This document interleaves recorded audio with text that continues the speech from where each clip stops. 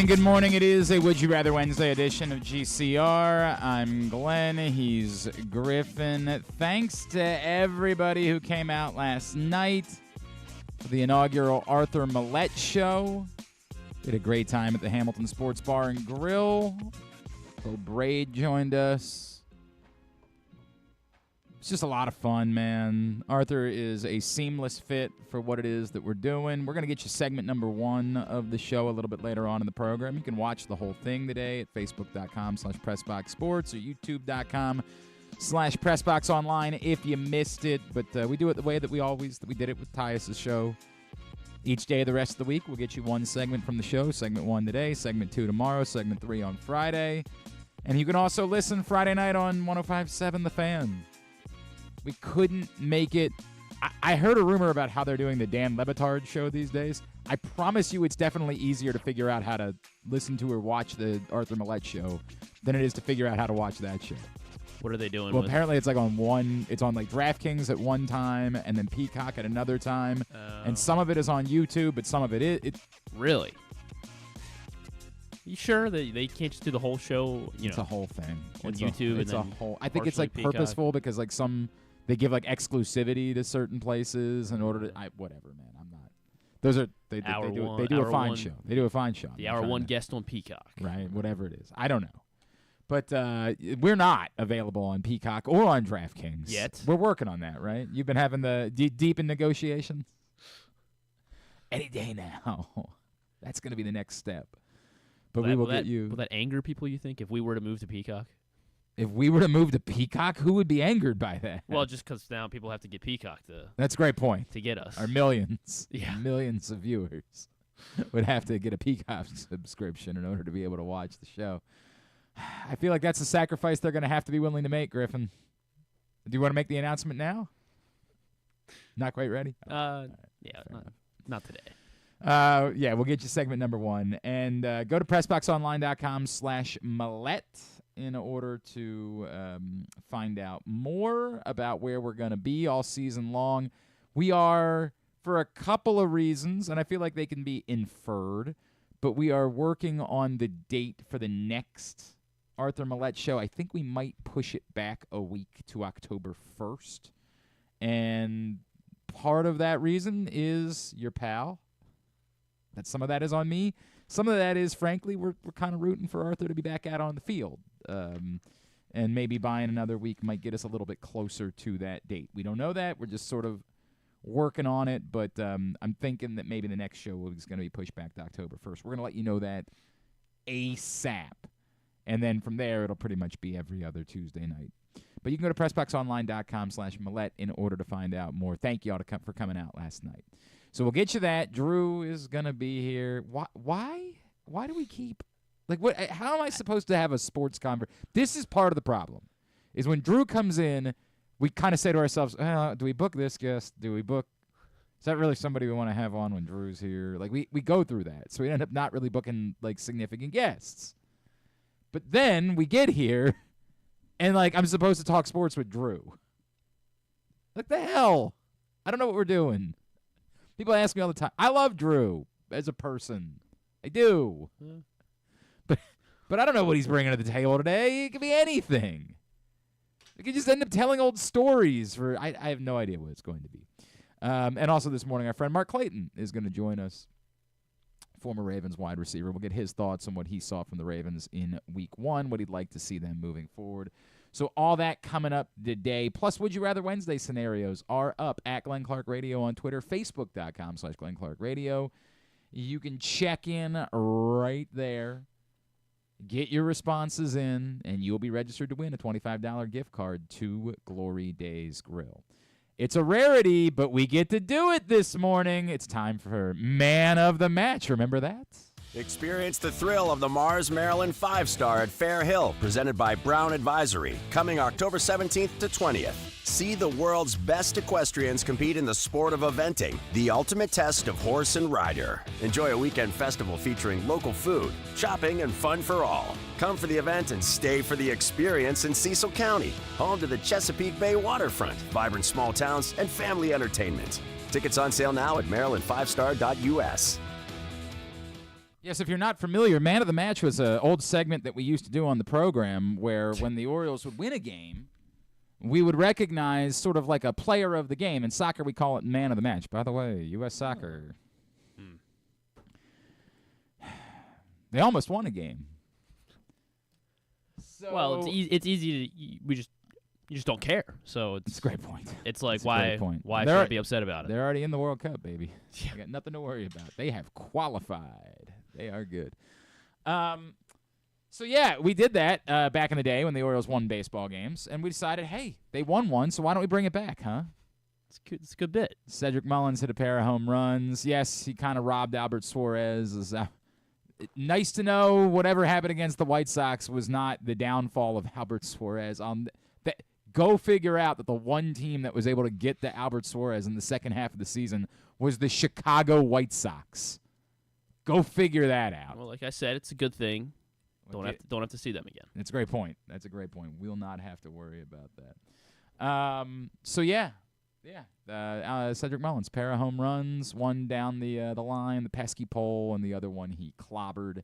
And that was good for the Orioles' first 3 runs of the game. Yes, things got a little interesting from there. Clearly a very good thing for Adley Rutschman to come through in a big spot. You hope that's an encouraging sign of Adley Rutschman being Adley Rutschman again. Hell, at this point, it's encouraging for any Oriole to come through with the bases loaded because, for Christ's sakes, I thought they were, not allowed to do that anymore. They'd entered into some sort of, pact with Satan where they were like, hey, you're allowed to be good, but if you have the bases loaded, you have to strike out twice, and that's the end of it. So that was lovely. And yeah, it got dicey. Yennier Cano, who has been great. Of course, such is the fate of the Orioles bullpen. Someone's allowed to be good for a little bit, but then they have to go right back to being And that was the Yennier Cano bit last night as he got hit and then he balked home a run, and you were just like, what are we doing? Why are we making this game more interesting than it needed to be? And then even in the ninth, when that ball came after, I don't remember who was the last out of the game, the fly ball. Jarren Duran. Durant. When that ball came off the bat. I know. I was. And like, that play started going nuts. I was like, yep, this makes. I'm like, this can't be real. There's just no way. And thankfully, it was not real. Thankfully, that ball was just a fly ball to right field. And that did it. So the Orioles do get a win, and the Yankees take a loss. And so here we are, once again, just a half game back. Told you. Yeah. What a world. And that's the thing, as down as we were feeling yesterday, and as brutal as the first segment of yesterday's show was, and I got some feedback from some people that it felt like I was breaking yesterday.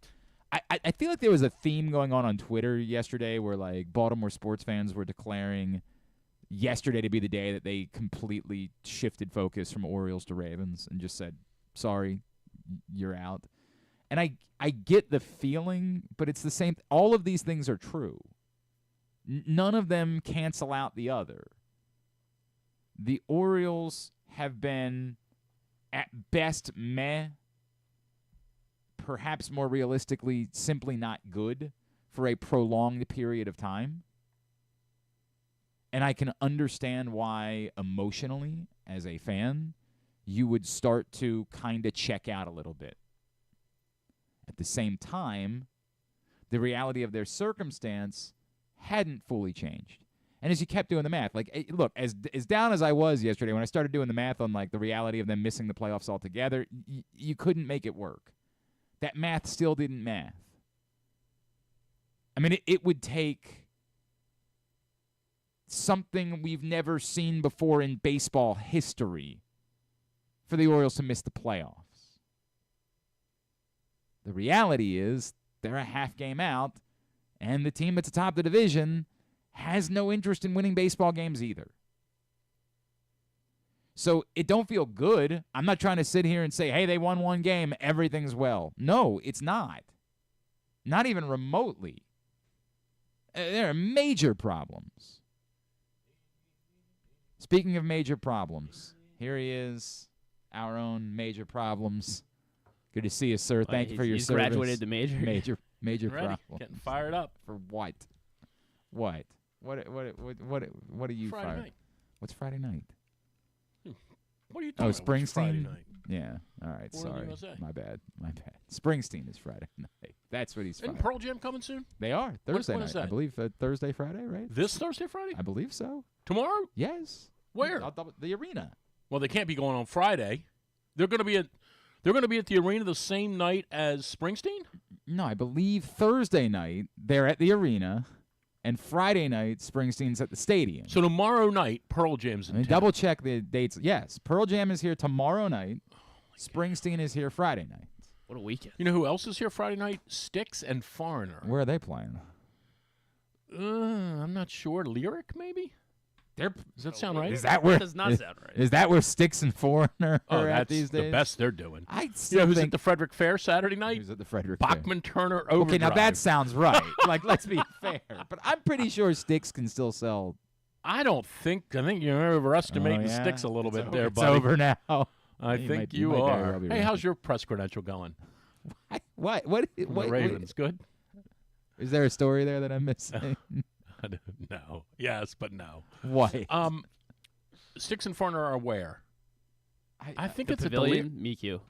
Oh, that makes sense. pavilion, Yeah, yeah. that makes yeah, sense. that, Yeah, that holds 5,000 people, right? yeah, that's at least a It's a 5,000. Yeah. Well, the Lyric's a venue too. It's a venue. It's a 1,000 people or so. John Cougar right? was there. Landis Moore. It's man, not I saw- 1,000 I've people. seen. It's way more than that. How many people is the Lyric? That's a good question. How many people is the Lyric? I just saw Frankie Valli there earlier this year. 90 years old.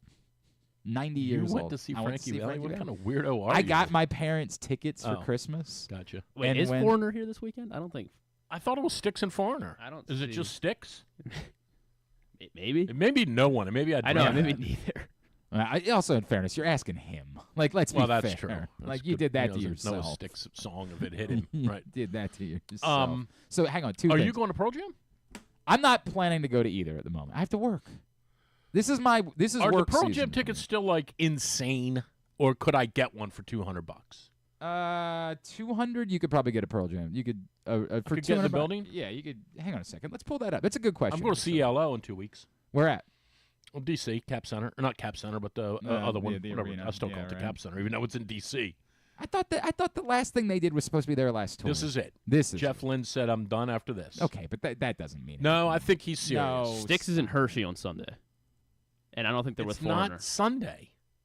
Friday night. I'm Styx I'm is gonna here. get you All right, these all right, Joe, go answers. ahead, go I'm gonna ahead. get you these answers. This First is of all, sports show. yeah. What the hell are we doing? First of all, why are you here? Let's talk. Like, let's Let's talk. talk sports. Let's talk about Jacob deGrom coming back for the Rangers. Oh, you excited? Let's talk about You the fired up? Astros costing me $400 last night because they couldn't beat the A's. 400. $400 because the You could have bought two Pearl Jam Astros tickets with them. couldn't beat the A's. What's going on with you? How did you put? I had a winner last night, and it all fell apart because of the Astros. I'm not allowed to look at how much tickets cost unless they send me a text. I had the Royals, I'm out. the Pearl Jam- Orioles. I By the way, you what? 209. Brian for Powell Pearl tells me Jam. Styx is at the Lyric on Friday. Hold on a second. I would see that anywhere. No, hold on. Because I want to record this. I want to record you saying, ready? Go ahead and say it. I'm not saying anything. No, say it. Oh no, you were right. You son of a. You will were- you were say right. it? Who I was just right? Said it. You, Drew. You were right. Styx is at. Thank you, Brian Powell. My apologies for not being up on my Styx. It's not a grand illusion. Yeah, look at you. Look at you. The grand illusion. You're such Yeah. a renegade. Is that what we're doing? Is that what? Who is the guy that was producing the show when you and I were hosting on 105.7? We said, oh, it was the 4th of July. It was Stone. Stone Feltz was producing the show. Okay. And I said to Stone, classic rock. Just do American stuff. Okay. Just do, it's Right. 4th of July, Right. just Right. American bands. Throw in some Mellencamp, throw in, just American Right. stuff all morning. And like at 8:20, he came back with Renegade. And I said, Yeah, probably not the that. hell are you Yeah, doing? well, we got somebody almost fired for that once. Like, Probably what- not a good idea. What in the world are you doing? So Like, Styx. what? So anyway, you can't get a ticket. You can't get a price on a ticket online. I have to like go. $200 is the number. 201. And gets me in where? Oh, you know what? In the corner, lower level corner. You can get down there for $201. Section 119, row W. You can get in for $200. Oh, that's way. If you want to sit up top, you can get in for $190. Okay. So there you go. If you want to go see Pearl Jam tomorrow night, I'll stay until he starts talking about politics, and I'm leaving. If you're going to go to Pearl Jam and Bruce Springsteen on back-to-back nights, right. And you're going to be the most out of place person expect there. to hear somebody pontificate about My God. the government. What are you doing? Just play Jeremy. Nah, you're doing the shut up and dribble bit now. You paid your money. And you got to listen? You don't have to go. You got to listen? You can say. You got to put up with it? You can say, I don't want to go. You got to put up with it? But, you chose to go. Right. You paid. Well, what in do you fairness, think you're getting? Bruce probably won't talk about it. Eddie Vedder will. I would be surprised if Bruce talked about it. Bruce is already talking to his audience. I feel like Eddie Vedder does it all the time, and now I feel like he's trolling almost. And I love Eddie Vedder, by the way. I'm an Eddie Vedder. I love devotee. I love it. But I mean, enough with we know you hate everybody. Drew, I know. It's just not the way it works, man. Shut up and play the guitar. You're not getting that. This is shut How up and about the dribble. Dave Grohl story? I mean, I don't. You and I are going to have this conversation again. People have sex. I know they do. Sometimes they have sex with people they're not supposed to be having sex with. It's not about that. It's about the fact that he But this posted it on Twitter. Okay, as people were talking. So if you didn't see the story yesterday, Dave Grohl, and it's the weirdest wording of it. He's welcoming a new child. It's a new child outside of marriage. So he had an affair with someone, and he and that person are having a child together. God bless him. None of my business. And to the point, there were a bunch of different reactions on the internet yesterday. Some people being like, well, Dave Grohl's become this father figure in rock and roll, so it's disappointing to people that he. Shame on you, Dave. Yeah, right. People were blasting him. I mean, I can't believe it. You do cocaine? Yeah, right. Really? Have you met Steven Tyler? You do cocaine? Really? He's in a band with Pat Smear. My God. Right. Trying to make somehow. Again, he seems like a good guy, and so I saw his show the other day. What was the show I saw? It was a documentary. It was a rock and roll documentary. And someone said, who? Oh, my gosh, now it's going to drive me nuts until I think of who it was. And someone, Steve Perry. Have you seen a Steve Perry documentary with not, is it Mike Wallace? Mike Wallace? Is it Mike Wallace did a documentary about Steve Perry? Yeah, it's called The Big Interview. Is it Mike? Oh, that's a different. Is it Mike Wallace? It might be. It might be, actually. The Big Interview. Hang on. Is it? No, Dan Rather. Dan Rather. I knew it was one of those guys. There's a way Mike Wallace is still with us. Oh, I'm pretty sure he died. Yeah. Yeah. Didn't he? Yeah. He died in 2012, by the way. Yeah. Well, this interview might be 5 years old, but that doesn't get us back to 2012. What is this year? 24. Oh, yeah, right. That barely gets us to the pandemic. Steve Perry talked very openly. This is really the first time he'd ever done a massive, full-blown interview. He kind of hinted around about he called it a violation, and he wouldn't go any further, and rather kind of pressed him on it, and then he eased off of him. He clearly was the victim of some sort of violation as a kid. Okay. He kept saying violation. Okay. He wouldn't go as far as saying sexual assault or he just kept saying violation. But he talked in there a lot about what led him to just leave the band. Yeah. He talked about drugs and girls and this wild pursuit of the rock and roll life. And they say that the road is no place to raise a family. That's right. That's what I heard. Don't ever stop believing. Yeah. And he rather said you might be the first person to ever get out. Did it ever dawn on you? You were the first person to ever say rock and roll won. And it was a really cool, Steve Perry totally. Steve Perry said, "I'm gonna die if I don't change the way I live." Sure. And said, "I'm good. Yeah, I'm out. Yeah, right. I don't need to be the lead singer of Journey anymore." I get that. There's probably a lot of people that could do this, but that's what they do. This is it's like when we all say that it's time for a football player to retire. This is what they do. Right. Well, it's what Like, might have even been Mike Wallace who said to Springsteen, "Why do you keep doing this?" And Springsteen's like, "Oh, what am I going to go be a teacher? What else am I going to do?" Yeah. He's like, "You've toured for 37 years. You've had 21 albums. You make $4 million a show. Yeah, Why do right? you keep doing this? What else am I going to do? Fix cars? Like, what do you mean? What am I going to? What? I've already written all the songs I could write, and none of them have been any good for 10 years anyway." Oh, that's your guy. You're going. I after know. now. Well, that's your guy. This last 10 years has not been good. Really? The last album was actually, in all fairness, I actually liked the Western Stars album.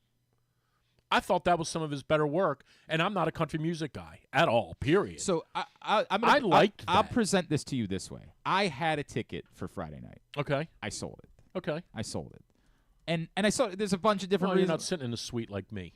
That's true. That's You're true. not- That is you're that, not that privileged is, like I I am. realized like it was not a very good. Well, here's the thing. I don't think the venue is any good at all. I'd agree with that. I think the only way the venue is any good, I think my buddy Pat Marshall's on the field, and maybe even Steve Eccles. Yeah. I think the venue is decent if you're down on the field Yeah, and you got great seats. we went for McCartney, and we were right down in the middle. Okay. And it was awesome. So it was awesome. I mean, it was. But I think if I was I've in been to tears. Philly and I've been to D.C. and I've sat in and I saw. I didn't go with you to see Timberlake and Jay-Z, did I? Who'd I go with? I don't Did know I go who- with you? No, that wasn't me. Okay. That was at the football stadium. It's a football stadium, and I had good seats for that show, but they were in the football stadium. Mm-hmm. They were. It was terrible. It's a terrible environment. It's an awful place to watch Yep. a concert, unless you have a great seat. I don't even know where we are Saturday or Friday. I just know I'm in a suite, invited by a friend, and to that end, I'm excited because I don't have to worry about standing and cramped. And I've seen him 28 times. See, and to be honest with you, I'm probably not even staying the whole time because I got to go to Montgomery and play golf the next day, so I'm going to be home. But you're a sycophant, so it makes sense that you're just going Right. to go. Yeah, I don't every have to- time, I- whatever. Here's the only reason I go. I have been saying this for 10 years. The only reason I go is every time I go, I say to myself, "This could be the last time." I get it. I always say that. I understand that. I leave there and I say, "Man, if this is the last time, that dude has really impacted my life." But I've been saying that for 10 times, So- and I keep going. I had it hit me in the last couple of weeks that like there's nothing for me here. There's nothing new about this tour. There's nothing different about this tour. I've seen Springsteen. Not at all. I'm not a sycophant. Like I don't have to see him. Right. I'll sell my $200 and I didn't have great. I spent $200 and I didn't even have a particularly good seat. I said I'll sell that ticket and I'll do something else with my. Actually, you know what really happened is I forgot that I was also this deal that I did with Mayweather. I've got to go see Lake Street Dive on Friday night. What about at Kings of Leon Meriwether. next week? You want to go see them at the Anthem? I still would go see Kings of Leon. Why don't you sniff around a little bit? I still would go see Kings. I can ask. I can't. 2 weeks. I can't promise anything. I Why can don't you ask. sniff around? I was bummed that I missed the Killers on Sunday night. I heard it was great. Yeah, of course it was great. They're great. Yeah, they're I heard it was great. Not as And good I as was. Kings of Leon, but Oh boy, I think the Killers are. Oh man, watch that's yourself. Be That's careful. a. That's a. We'll spend the whole show arguing. Look, about man, that new song the Kings of Leon put out this year, I like that Mustang in the Mm-hmm. City. That song kills. That is tremendous. I've been but- following Bruce's set list. I'm hoping he gets a little creative on Friday night. The recent set list has not been very good. Yeah, I don't know anything. I know so little about music in terms of like the actual playing of it. I have no idea if part of the compilation of the list is we'll play 6 hard songs, but we're not going to kill ourselves tonight. We're going to play Glory Days because it's easy. We know Right. everybody hates it, Right. but it's an easy song. You say everybody. Bruce Springsteen fans hate it. That's what I'm saying. The hoi polloi loves it. Oh, it's the worst. It's the worst. That and Dancing in the Dark are the I two know what worst you're songs saying, you've ever done. but the hoi polloi enjoy it. Okay. So the people that are spent. He says speedball in the song instead of fastball. That's how much of a moron he is about sports. He could throw that speedball by you. I got to be honest. Listen to me, you dork. I think I've heard that before, It's but a I fastball. hadn't thought about it in a very. What do you hate, Sprint? I've done a complete. There's no human being that you're more obsessed. Him and Jim Nance I've are the done a two human complete beings heel turn. you're the most obsessed with, and now here you are just going after Springsteen. I've done a complete Does heel it turn. mean anything at all to you to see him at Camden Yards? Is there any like emotion related to 0. This is the ballpark that I care about. This is the place that I've gone to a million times. Is there anything that means anything to you about that? Nah. I mean, Because I will tell you, there was when I Now, part of it is I had never seen McCartney before. Okay. But well, you didn't miss anything there. For God's sakes. The fact that it was at Camden Yards did add something to Okay, it. Like, the interesting. emotions that I felt about Okay. it were more significant. Okay. Now, I don't know Never thought of that. But if I had seen McCartney 4 times before, I don't know that I would have felt the same way about it at that point. Maybe it was just all of it kind of hit all at once, and it was a very cool feeling for me. I But- haven't been like emotionally. I don't even know. Last time I got emotionally charged about something at the baseball stadium was when I saw Derek Jeter in that towel eating that there apple you go. before the game. Yeah. And I sent you a text. That wasn't an emotion. And I that was, I think you've confused. And I sent you a text that said, "Ode to be an apple." Yeah. And that moment, Jeter just walking around in a towel. Drew was about to be Dave Grohl. He was about to have a child out of wedlock. Oh man. He was about to have to tell. Hey, we you. might be in first place tomorrow morning.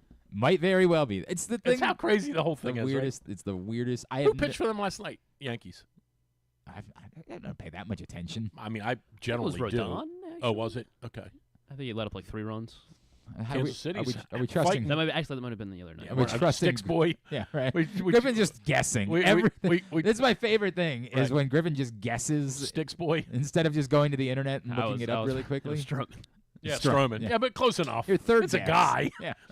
He did allow 3 runs. It ended with an I N. knew that, yeah. Got that. Good. He did. And the A's beat the Astros. Yeah. It cost me $400.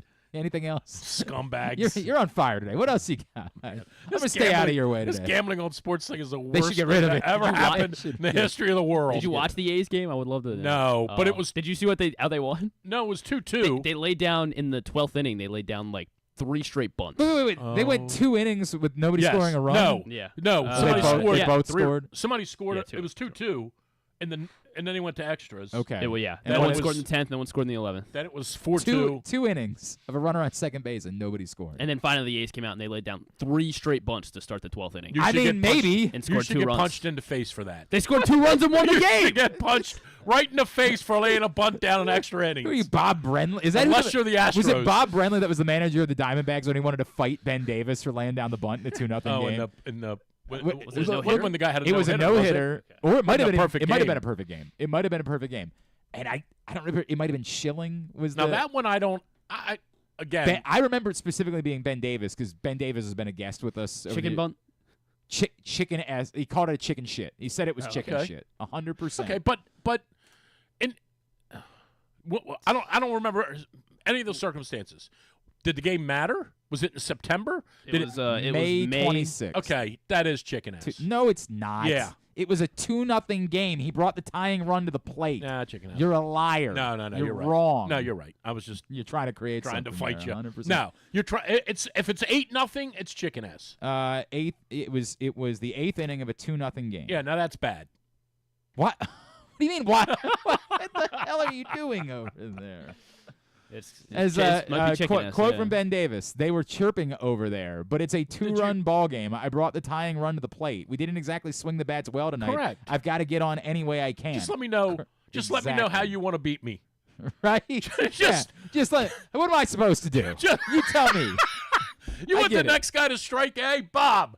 You want the next guy to strike out? Yeah, how do you right. want to handle this? Yeah, right. We'll go ahead and take care of it. Bob Brenly after the game. I thought it was chicken shit. Ben Davis is a young player. He has a lot to learn about how the game is Oh, played. go! But for a guy like when you him to say put down a that, hold bunt in on. the 8th inning was Don't even uncalled start me. for. I'm gonna punch Bob Bradley We're in not, the face. This happened 24 It years doesn't ago. matter. We're not really We're punching gonna. him retroactively in the face because it still happens today. When you say, repeat that Oh, again. I know. You He's has a young to guy. understand. Ben Davis is a young player. He has Right. a lot to learn about how the game is played. But That- for a guy like him to put down a bunt in the 8th inning is uncalled for. Oh, it's terrible. What I wouldn't give for somebody to do that this week, so Yeah. we would have some content. Right, Like right, what for I a wouldn't week. give. Yeah, for what I wouldn't give for a week. Oh my God! If Well, that did you see Garrett Cole get yelled at by the ump the other day when he? Did you see what happened with Garrett Cole? No. Oh my gosh, Garrett Cole threw a strike that went right across the middle of the plate, and the umpire called it a ball. well, they're good at that. And you're not allowed now. And when the catcher throws the ball to you,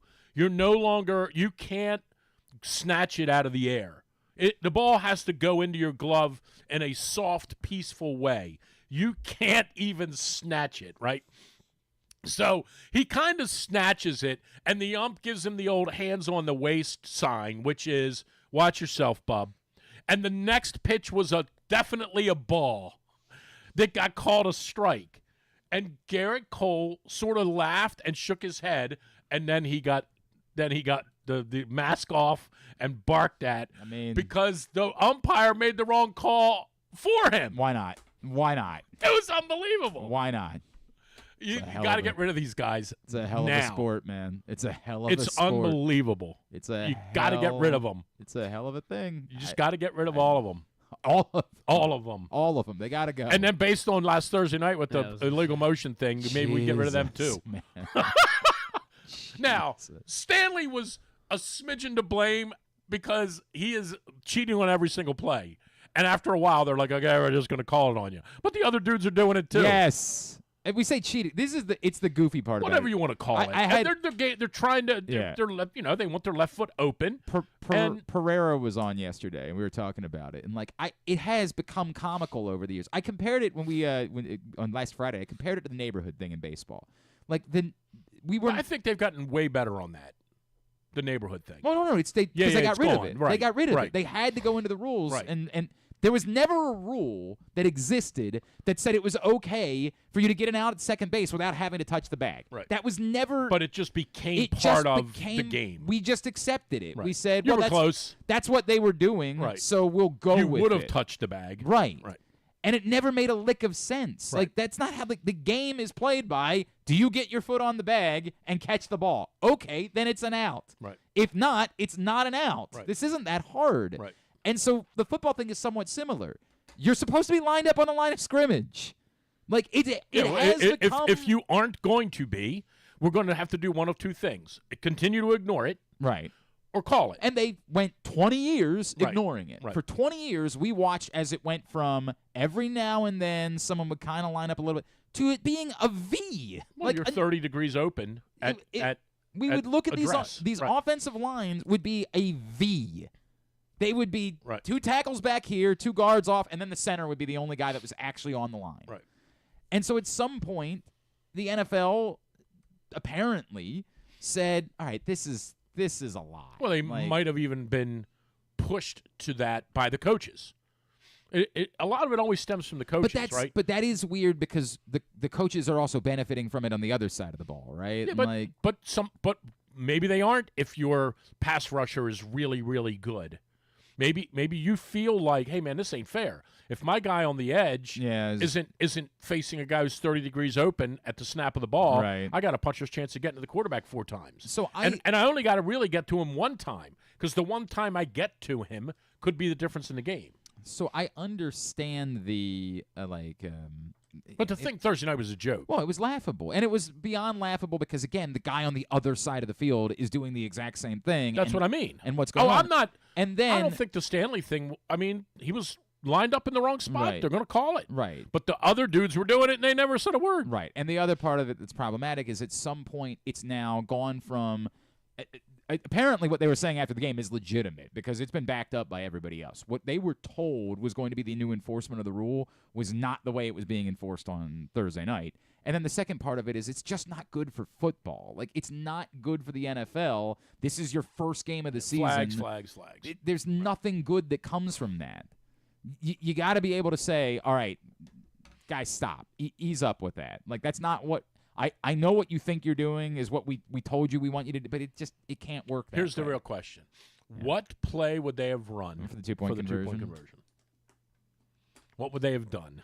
I mean, the easiest thing to say is it's got to be an RPO, right? It's got to be you something. Just radio into Lamar and say, I don't care what you do. They just weren't. They weren't get 2 points. They weren't run blocking well enough, right, to have given the ball to Derrick Henry there. Right. You can't call a run play in that situation. So it's just got to be something that gives Lamar the option to the outside, and presumably back to Isaiah Likely. Presumably, tries to get Isaiah Likely in a position where you can make a throw to him, and if not, Lamar, go get it.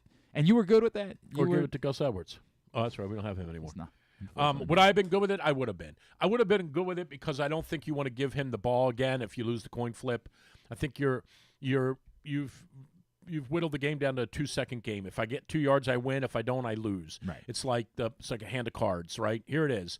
If you flip this card over, it's anything but a face card, I win. I'll take that chance. I am. It's beyond. I would have been okay with it. I don't know that I would have been okay with it if it's this Sunday against the Raiders and Gardner Minshew's the quarterback. Right. I might say kick the extra point. Let's go to overtime. Just go to overtime. But I think you're going to try to do anything you can do to keep the ball out of his hand. I think momentum is clearly on your side. I can't stress enough how much of all the games I don't know why, and I didn't have anything on it, I don't know why that game aggravated me so much in the aftermath. It drives me completely nuts that they lose these games in almost identical fashion every single year. Every year. It's a pizza. I would rather them have just lost the other night 37-13. Wasn't our night. I'm going to strongly disagree. Okay, this but time. it just wasn't our night. I know the sentiment. And it's a week-to-week league. Wasn't our night. We'll go get them against Vegas. To see them lose this game in the identical way. Here's the pizza. Ready? Here's the slices. First slice. John always does something stupid. John does 10 things great. Okay, John what do you think was specifically not kicking stupid? the field goal with 6 minutes and 25 seconds to go in the game. When you have one timeout left, it's 27-17. You have to score 10 points. You have a 41-yard. It's a chip shot. It's something he's always going to make. It's a 3-foot putt. You kick the field goal there. You give them the ball back with 6 minutes and 30 seconds to go in the game. You now hopefully you get a stop, which they did, and you get the ball back with 4 minutes to go, and you have time to move along at a reasonable pace instead of trying to rush it. Stupid. So there's one piece. Yeah, that. John, we're definitely not going to agree. Okay, about that. well, you're wrong. No, John. Here's your piece. By the way, your argument is not unfounded. It's just thinking that outweighs the idea that if they had gotten the touchdown, then all they would have needed, they were in field goal range at the end of the game, and they could have easily kicked the field goal and gone to over. I say easily. I don't know if that happens anymore because apparently Justin Tucker's not Justin Tucker any longer. So let me give the rest of the pieces out. The flip side argument, there's nothing about what you just said that outweighs the value of what they did. They held on to the ball for 2 more minutes and then still kicked the field goal. That part is the problem. The problem is they didn't score a touchdown. The problem is the result of the drive. It's not the decision. It's the result of the drive. You take the 3 points and you give them the ball, and now you've got half the quarter almost left to play. All right, now here's the next slice. Lamar is great. I'm a Lamar lover. Lamar is great. He always gets the ball knocked out of his hand. He always does something. He gets a piece because now he gives them 3 points because he gets the ball knocked out of his hand. Now the next thing is they get these 2 insanely stupid penalties. They always get these penalties. Always. There are 2 places you can't hit the quarterback. You can't hit him in the head, and you can't hit him in his, in his shin. We do both of those things. It's unbelievable how every time we lose a game, a big game, some nitwit does something like that. Always. Always. Then it comes down to Lamar does all that great stuff. He was so good on Thursday night. It was insane. It was like a virtuoso performance, in my opinion. And then the dude's standing there wide open in the end zone, and he misses him. It's unreal that we do the exact same stuff every single time that we have a big game. We lose in the identical fashion. It's heartbreaking. It comes down to one play. We can't make the play. By the way, the official's going to slice 2. I'll give the officials a slice too. I think the reason why I can't get on board with it this time is because this still came down to a dude just missing getting his toe down by a centimeter. Okay, well, this still came down to sure. And therein lies the other pure thing. Dumb it's like luck. James Prochet. The ball against the Bengals fell right in front of him. He would catch that ball 49 out of 50 times. Yeah, but that part of that is the one time he didn't catch it. Part of that is it's a problem that James Prochet is the guy that's in that spot. Part of that okay, is but a real I'm just saying, like in that play, we did everything right. Huntley threw it up for grabs. The Bengals, because they're the Bengals, batted it up in the air, and freaking Prochet could have caught it and he didn't catch it. Right. But part of that is you shouldn't have been in that situation to begin with because your players aren't good enough. Like this was a case of your players were good enough. This was nothing other than dumb luck. That they didn't have the chance to win the game at the end. Dumb luck. It was unreal. Nothing other than that. When he caught that ball, I thought, oh, my gosh, we're going to win this freaking game out of nowhere. Right. And then they showed We all saw it. We all saw it. But it's dumb luck. He wasn't out of bounds by a foot. He wasn't out of bounds. So here's my question. Do you think his foot made contact with the line? Or do you think other people brought that up? Apparently, within the rule, they've addressed that, that it doesn't matter. If it's like the nature curve of your shoe is that it goes shoe, up, right? It doesn't matter. If they can see shoe is part of body, and if the shoe fits, as Denzel Washington said, right. shoe program for all you guys. There you go. In Pelican Bay. So that's why I can't. I understand what you're saying, but I can't. All of that stuff to me is part of a football game. Unfortunately, I hate but it only happens to us. No, that's not remotely it does. true. Not remotely. The Saints true. don't lose like this. Well, the Saints lose in a lot of ways, dog. They don't lose like this. You don't know. You're not watching. Neither do the Redskins. Yeah. They don't lose like this. Only you us. haven't watched a game. You have no idea. Only us. Not like that. That's It's not the way that it goes. unreal. We lose every game in the identical fashion. That's not exactly that way, but I understand. How about the fourth down play where Aguilar misses the block? Well, that, yeah. And here's the amazing thing. Why would you use that play on Thursday night? Hold on to that thing. That was a great play. Well, it's a great play if they don't. Can't be used again. If they don't read it. And by the way, this is not a shoot. This is a shoot. This is not a work. It's not a work. Yeah. Explain the kickoff rule to me, because I don't know. True. It's the dumbest thing. I don't know. You know what I hate? Tell me the rule. It's devastating for me. The players love it. Okay. They love it. So and tell it's me devastating for me because I want it to go away. Tell me the rule. You got to kick the ball. All right, you can't. If you kick, the teams are lined up stationary. yes, no matter what. On the other side of the field, right? They're lined up stationary Until someone fields the ball, touches it. Yes, you can't move. No one can move. No one's allowed to move. Okay, but I saw something the other day where someone kicked it on like the 15-yard line. Mm-hmm. I don't understand what. Someone kicked the ball. Yes. On, isn't there some? Okay, keep explaining the rule to me. That's it. Have to land it in what's called the landing zone. That's what I want to know. Tell me what that is. The landing zone is between first of all, you can still kick it in the end zone, obviously, as we learned. And you get it on the 30. The 30. Okay. Right? But you have to land it in, if not, you got to land it in the landing zone. Okay. So you have to give the returner an opportunity to field the ball. So you can't just pooch it over your guy's head to the 38-yard line. Yes, and hope that you can't do that. That would be a de facto onside kick. That would be, and you can't do that You're not anymore. allowed to do that anymore. Unless Correct. you tell them. Correct. You have to line up. Hey, I'm going to throw a curveball. And you can only do it in the fourth quarter if you're losing because. Oh, can't do it at halftime like the Saints did that year. Exactly right. Oh. One of the more iconic. That would be football. One of the more iconic moments in football history is the New Orleans Saints. That would be football. Balls to the wall, trying to win a Super Bowl against a team that everybody thought was better than them. Right. And so they said, "We're going to pull out all the stops," and we all remember it, and we've all thought about it forever. But we're never allowed to have that. Do that. Again. Can't play football. What is it, Tracy Porter? The name Tracy. You couldn't name anything else. Right. I just remembered it. I don't remember anything. Yeah, that's correct. You don't know anything about sports. Yeah, right. More than you. So, 5-yard line, if it bounces now, if I kick it and no one fields it, is it live? But if you kick it and no one fields it, it's a live ball. It's a live ball. Your guys can now race down into the landing zone and try to recover it. Gotcha. If nobody fields it. But it's got to be in this landing zone. This is the problem. And this is all player safety, right? And look, that's why in the field in Brazil. Yeah. That's why By the way, don't get me started on overtime either. We'll talk about that in 1 second. All of the I don't even know what overtime is anymore. Yeah, well, the coin flip. All of the players like it because they're all used to these guys having 40-yard head start running at them. Yeah, but it's a player safety issue. And pounding them. So now these guys don't get a 40-yard head start to just go try to smash them. And you still have your job. Yeah. As a special teams guy. Correct. Because somebody's got to do it. So the players are like, yeah, this is great. Like, I'm all in. Do this. The teams are saying, we still don't want to run any risk of anybody running. We are not interested. Ed Reed told Mike Nolan, I'm not playing special teams. Yeah. Well, in fairness. Like, I'm not playing special imagine teams. Ed Reed getting hurt on a punt. Right. The point being, the NFL wants the kickoff to be exciting again. They want there to be more returns. The teams have no interest in the risk of a potential return. So very quickly, the teams have kind of largely said, yeah, we'll just go play at the 30. We'll deal with it.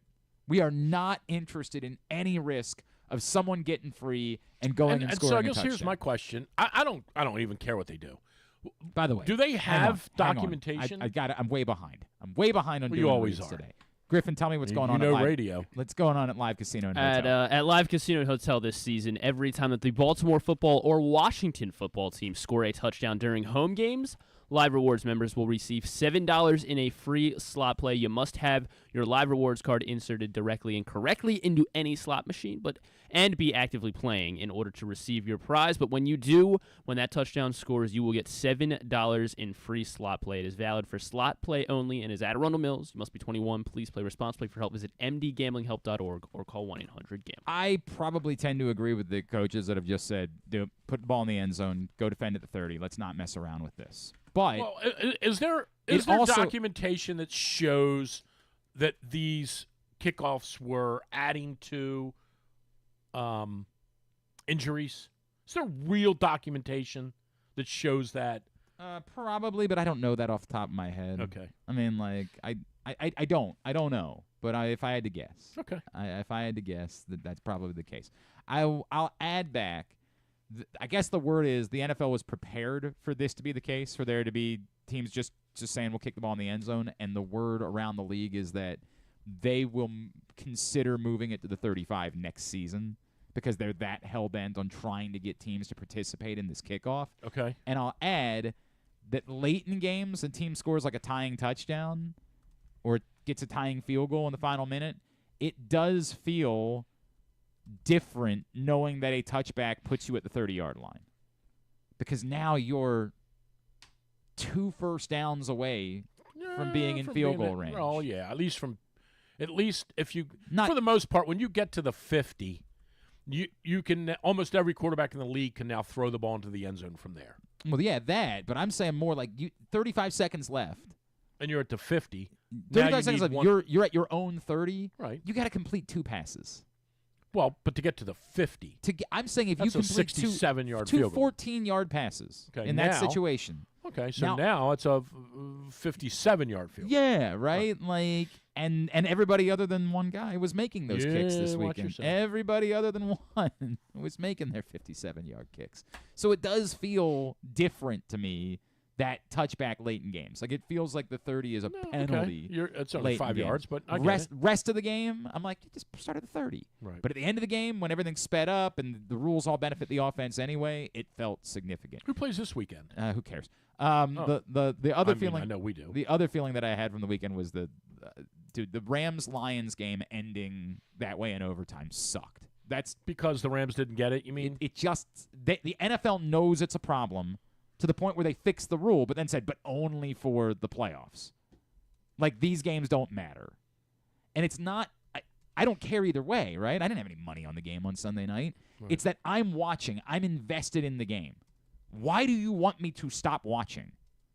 What is the thought process? You had the Rams, huh? No, I didn't. I didn't have. Well, in our Pixel League, I did, but I didn't have any I knew money. there I was- had no money on it. Yeah. No money I knew whatsoever. Somehow, though, was No. Do it the other way. Tell me why it is. You have a product that everybody is watching. Great game on Sunday night. Everybody's invested. Everybody's enjoying the game. Why is it that you want that game to be over quicker? Why is it better to you to have an unfair ending to the game instead of letting the game go on and letting people watch more of the product? Tell me how that's a good idea. What would you say if the Rams intercepted a pass and ran it back for a touchdown? Then they can get the ball and Then the take a game- knee. The game's over then. Yeah, the game should be over because it's not a fairness thing. They're going to be allowed to have the ball too, but they're just going to take a knee and the game's going to be over. Gotcha. Like both teams have to go out on the field. This thing where people are like, hey, defense I matters. don't think I disagree with you. There are these dorks on the internet that are like, Kinda bothers me. defense matters too. Well, But it doesn't because the other team's defense doesn't have to go on the field. right. You don't. Yeah, that- no. That's worthless. I think you know that.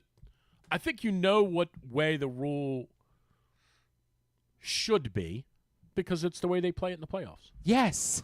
They know it's already- wrong. Right, they already know the rule. They know that what they're doing is wrong, and to hide behind the Well, idea. it would be akin to a hockey game ending in a tie, Yes.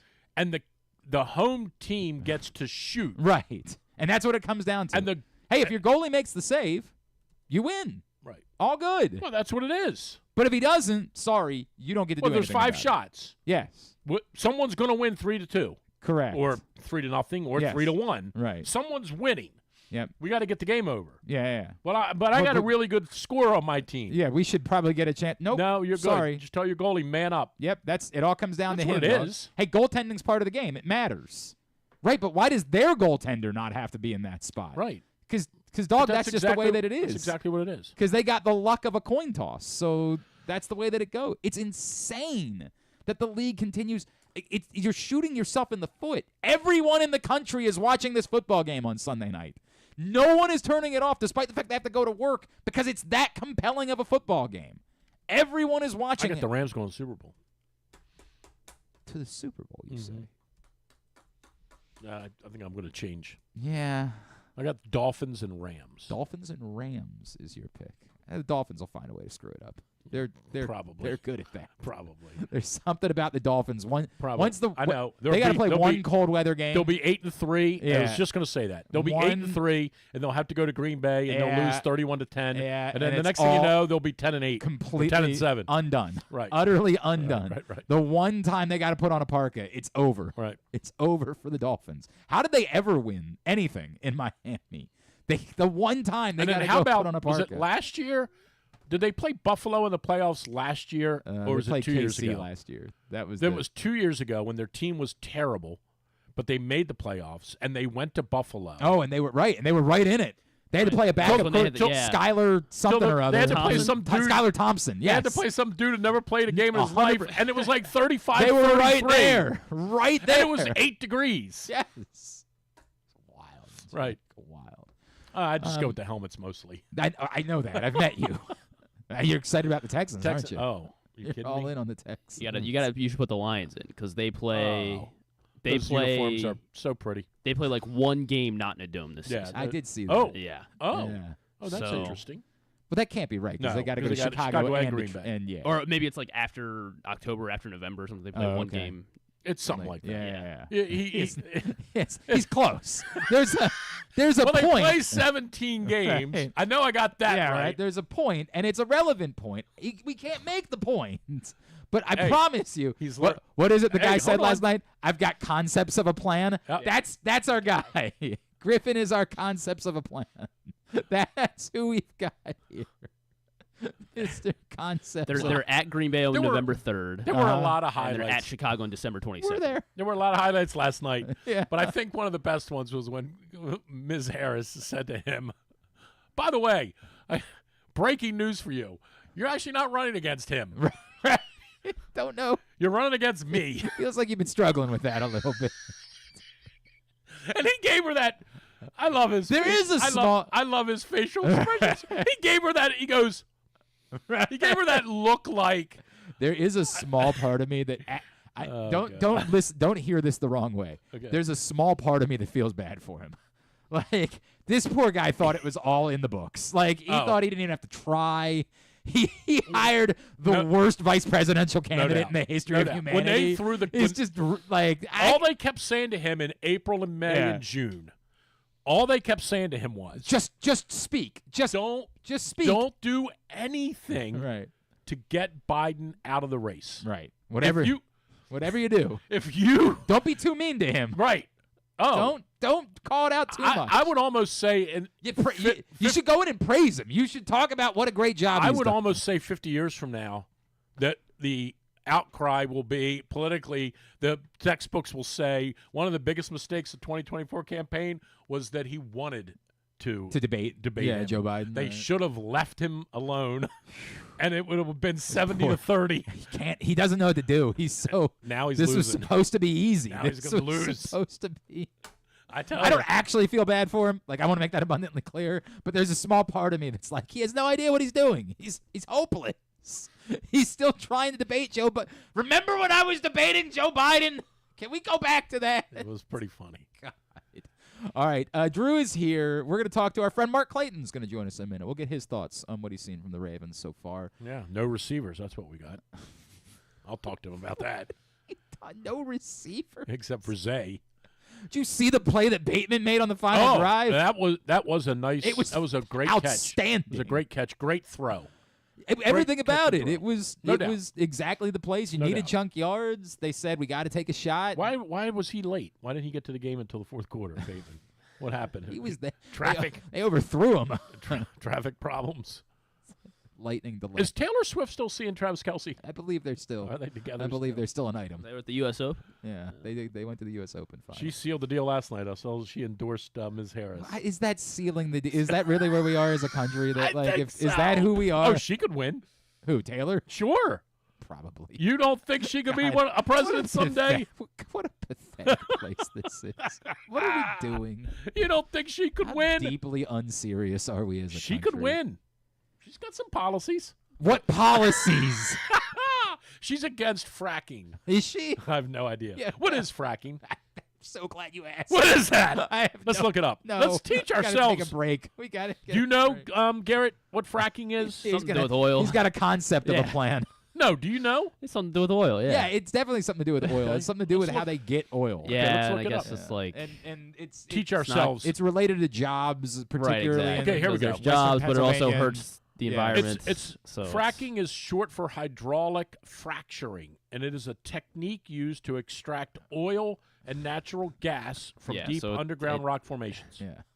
It's probably not great for the planet, but Yeah. it does create a lot of A lot of jobs. A lot of We've work. ruined the Lot of planet already. jobs. What do we Yeah, care? it's a great point. That is a good What do we care? Just tell. There'll tell, be no planet. Tell your kids don't have kids. There'll be no Just planet don't- this 200 is, years. This is the end. Right. This is the end.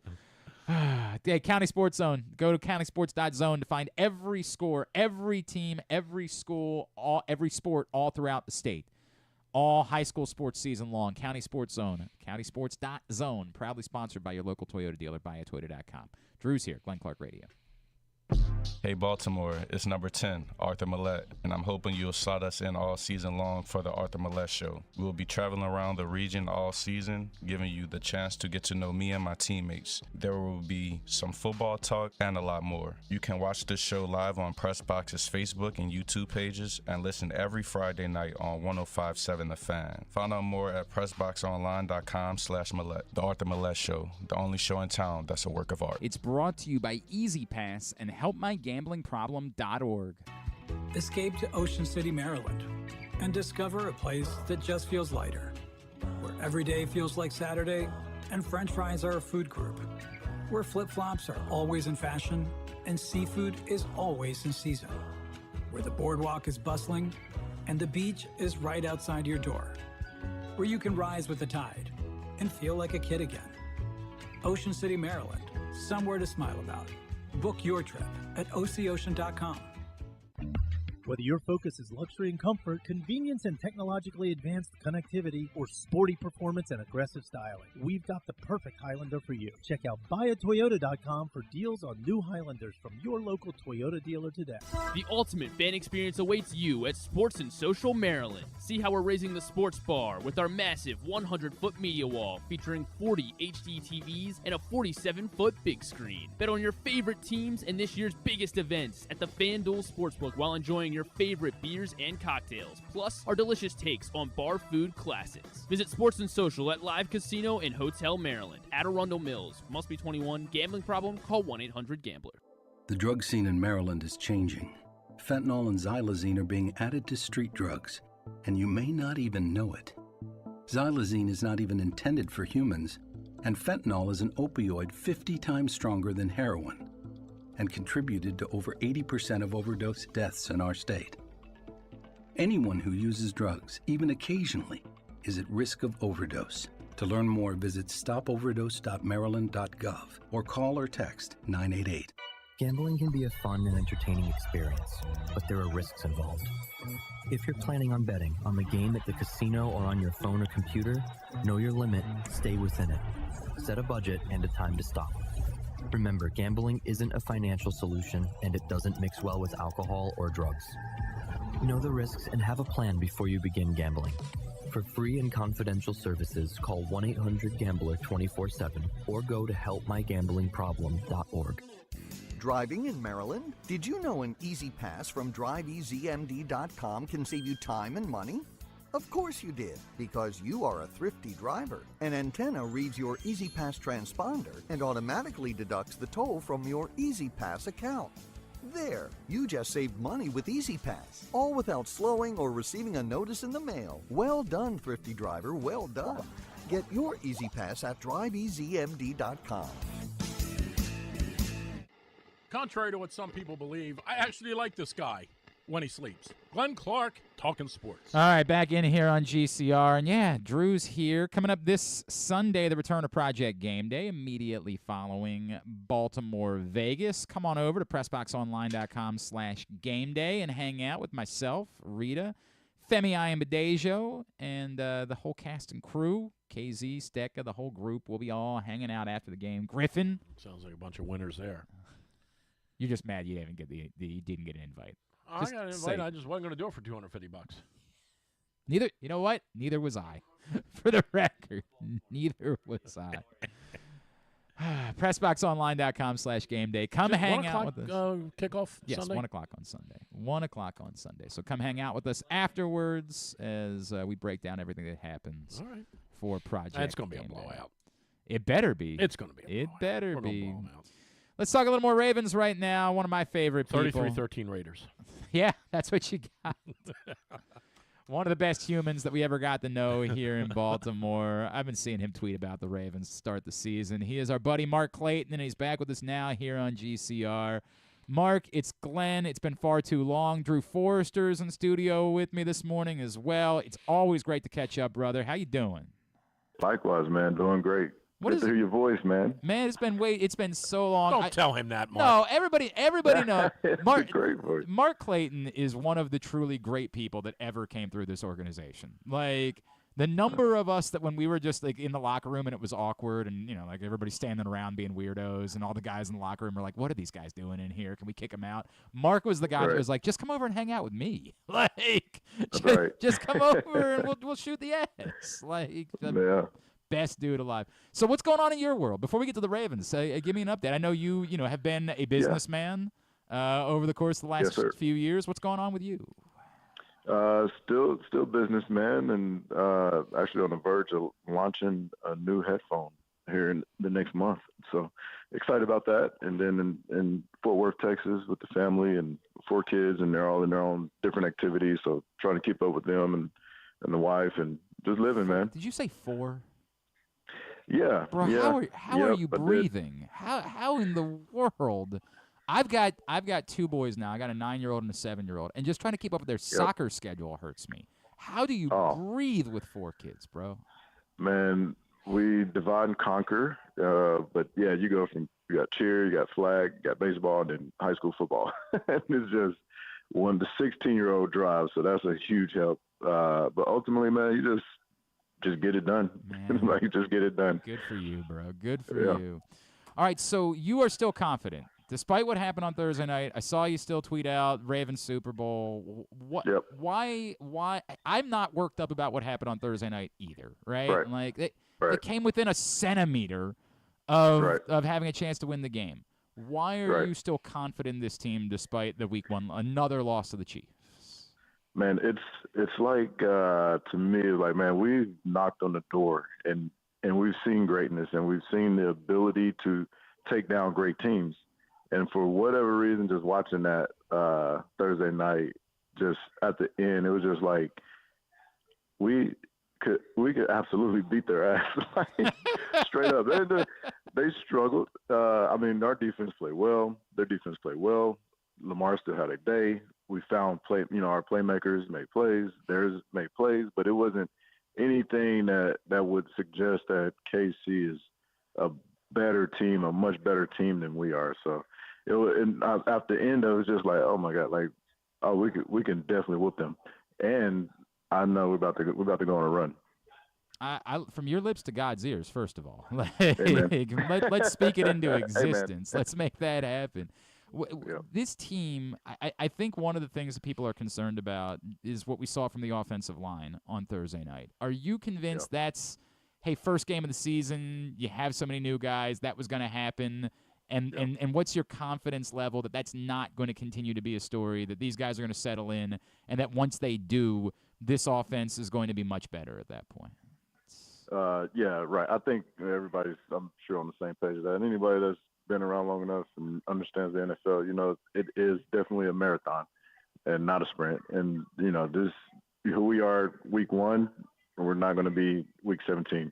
And so I have no doubt that, over the course of the season, we'll find what fits from an offensive perspective, offensive front perspective, and be able to work in, our whether we need to run more or whether we can't drop back a little bit more. I think they'll get a feel for it. It's totally a feel thing for what needs to happen in game to make adjustments to make sure that we're clicking and we're putting as many points on the board as possible. Mark, obviously I know you never played with Lamar, but when you look at him now, and I know you've watched the games for his almost 6 full seasons, what do you see in him from a development standpoint as a receiver? Like, what is he doing differently now that would make your job so much easier? Man, I've been so proud of Lamar. He's progressed, from the moment he stepped foot in the league and took his first snap. But I think his vision has improved tremendously. We're getting to see him kind of read the coverage and go through his progression and see number 2 and number 3 in his progression, which is a big time step for a quarterback, especially one that everybody's like, oh, he doesn't run, and that's not going to last long. But we're seeing him improve as a passer. Last year I thoroughly enjoyed kind of our mix, our drop back to run mix that we had, and I feel like we're going to be similar this year as the year goes on. But that layer of seeing defenses and getting through his progression, it's been cool to see him get to number 2 and 3 in his progression. That's big time, and will help him last longer in the league. He is Mark Clayton. He's with us here on GCR. Mark, I want to ask you something about the relationship between a quarterback and a receiver, but it requires me to preface it by asking it. I think we all remember when Steve McNair arrived in Baltimore, what that did for you, right? Yep. And I wonder what was the line between that being about the relationship and the connection that you guys had versus you maybe looking back and being like, no, Steve was just a really good quarterback, and with all due respect, some of the other guys that I was working with maybe weren't quite as good as Steve was. Like, was there significance, though, to, like, the relationship that you had and the connection that the two of you had? Yeah. Oh, most definitely. Okay. QB receiver relationship is trust, is respect. And a lot of that work happens in the off season and in training camp and in practice going into the season. And, that season was my second season, I think it was. And it was amazing. And a lot of plays, that happened were plays that were, as we're leaving the huddle, he's just saying like, hey, just do this. And I'm like, all right, cool. And I do that. And he'd throw it. And that was the beauty of playing with a veteran like Steve and somebody who's seen a ton of football and is able to make little adjustments in the midst of a game or just from the moment we broke the huddle to the time I got to the line of scrimmage. Those things weighed heavily in the fact that I was able to produce, the type of numbers that I did that season, which was fun. Obviously, being a receiver, you want to do that and help the team, be successful with our record. I think. Well, we ran 13 and 3. Yeah. We don't like to talk about that season though because of how it ended, Mark. We just try to pretend like that never happened. But I bring it up to say, Drew and I were just talking about what happened at the end of the game on Thursday night. Rashad Bateman, again, much like you, first round pick, guy that comes in with a ton of expectations, and I still believe Rashad Bateman's part of the solution. Like, he's not someone who doesn't catch the football.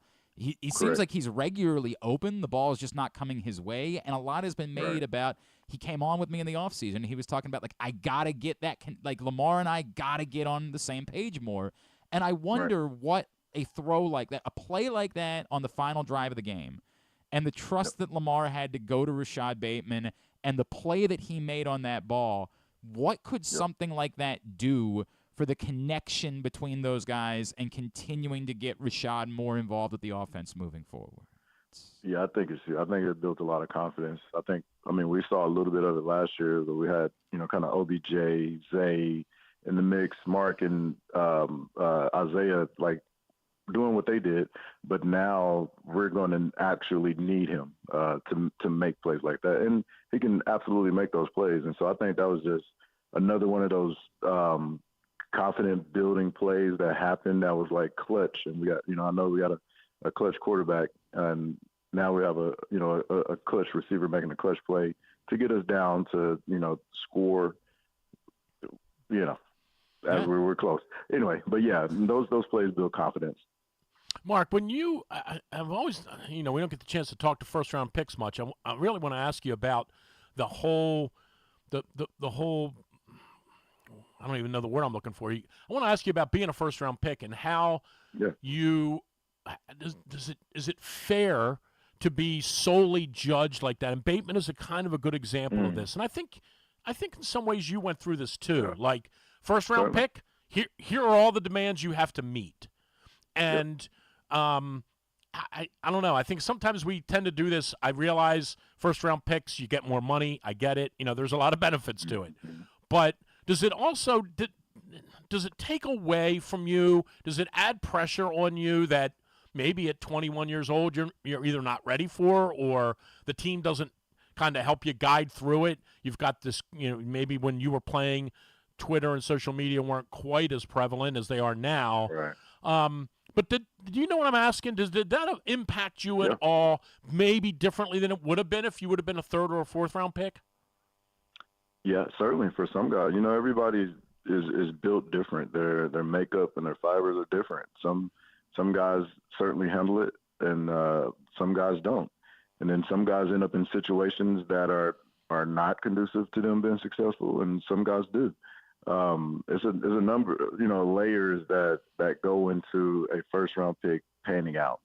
And I think statistically, I don't know what it is, but just thinking through over the history of first round picks, I'd say, I don't, what is it, 40%, of them probably go on to have 10-year careers that are, really, really stuff like what was expected in a sense or close to. And an even smaller percent go on to be Hall of Famer or all Pro Bowl Hall of Famer types over the course of their career. And so it's like you're picking those picks, and then 32, and you got to figure half of them are just going to be players that fill a role ultimately. And then you're going to find those diamonds in the rough.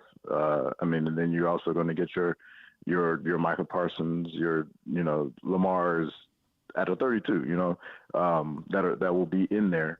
And so it's a number of things that go into it, but I think it especially as being one, you're expected to, and you also expect yourself. Like, I don't know anybody in the NFL that doesn't think that they're the guy, right, at any way, at any time during a game, in practice or wherever, and that they can get the job done. So yes, the pressure is good and necessary, and I think it works for the guys it works for. I know you're a Mark Andrews guy, right? Like, I know that. Yep. And I think that we're all dreaming of what this could look like. What we have seen from Isaiah Likely. Isaiah Likely is a superstar. Like, he's a superstar. Bona fide.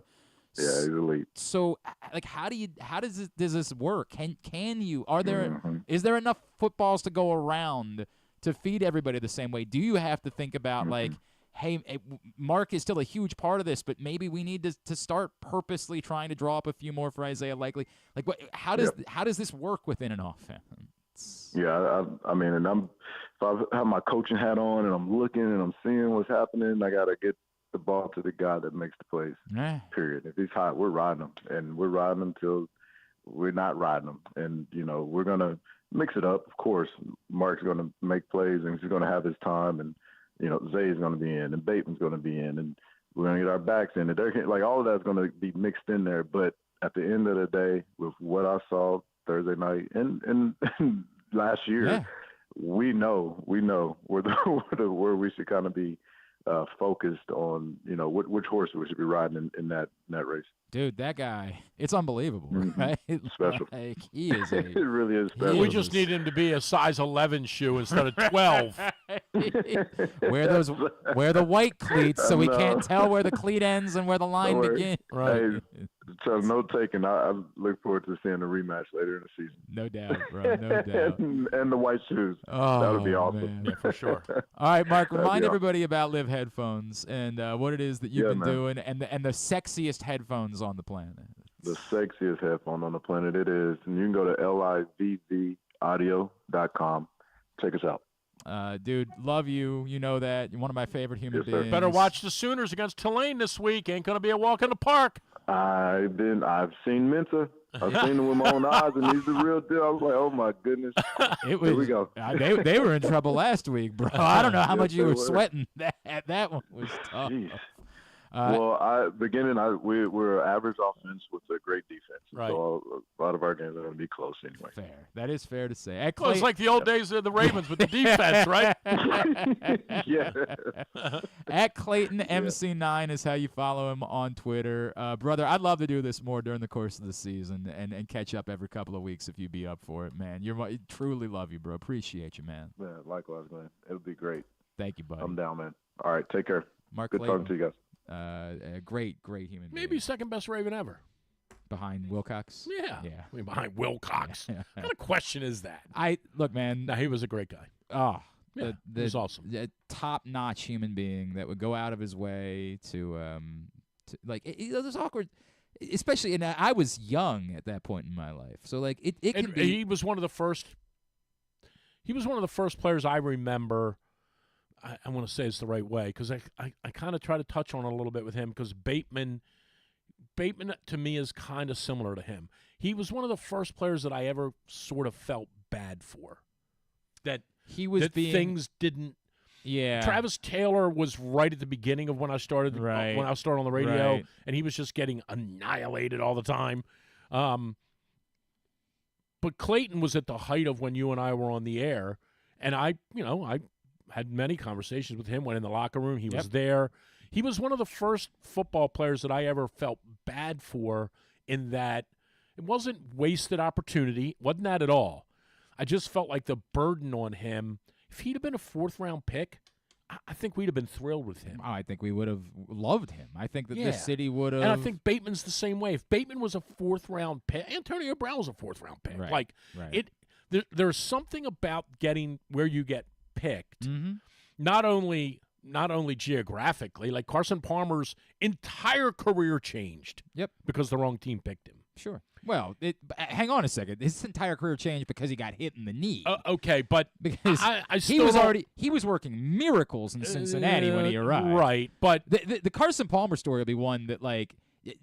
His career changed for sure in that playoff game. Carson Palmer was doing something that was unheard of. Getting the Bengals to win. Carson Palmer was leading the worst franchise in sport to the playoffs. Everything changed and was looking like a Hall of Famer. Maybe. Carson Palmer, and again, it was very early. Like, I'm not trying to pretend like it was. Right. But he was looking like. Well, Bryce Young's career might have changed. Maybe. Because the wrong team picked him. I don't know. And they're going to be in the quarterback market for next year, right? They have to be. Maybe Justin Fields' whole career. Anyway, I've always wondered that. Like, how would you look at these players? We look at them through the lens of where they were picked and what their intrinsic value is. What about if he would have been a fourth-round pick? Well, you can make the argument that's what we're learning about Baker Mayfield now, right? Like, did he play anywhere else? Who? Clayton. Yeah, he's the Rams for sure. That's where I remember him going afterwards. That might have been the only one, I think. Was it just the Rams? Okay. The Rams? Okay. It might have just been the Rams. And look, everybody remembers that the season that he had Steve McNair. He was good. He was really good. Yeah. And it unfortunately never clicked like that. Now, part of that was the nature of the Ravens' offense, right? That nothing clicked. That is true. But in the early years of Joe Flacco, it was we're going to run the ball and throw it to Mason. Like, that was the offense in the early years. Pitta didn't come around until years later. I'm talking about 08. Okay. Pitta was there in Clayton was gone 10 by or the 11? time. 10 or 11. I don't remember which one it was. Clayton was gone, I think, by the time Pitta was there.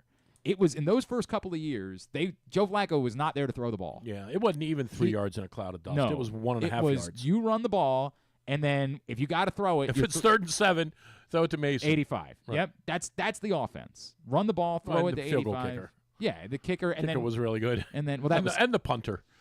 We had a good kicker and a good punter. That was also when Stover was starting to, we were starting to see a little bit I remember watching. I don't know if you were there or not. I remember watching the playoff game they won in Tennessee when Stover hit the field goal late in the game, the 43-yarder. Yes, or 40. That was 40-yarder. the 08 season. And I remember it happened right in front of us. And I remember watching the ball. I was not with you. Okay. No. I remember it happened right in front of us. It was the worst successful kick I've ever seen from a field goal kicker. And I remember going through the uprights, and I'm like, man, this guy's got nothing It's left. over. Yeah, it's just all heart. It's over. It's all heart and like muscle memory. Well, they got Steve Hauschka though, so yeah, right.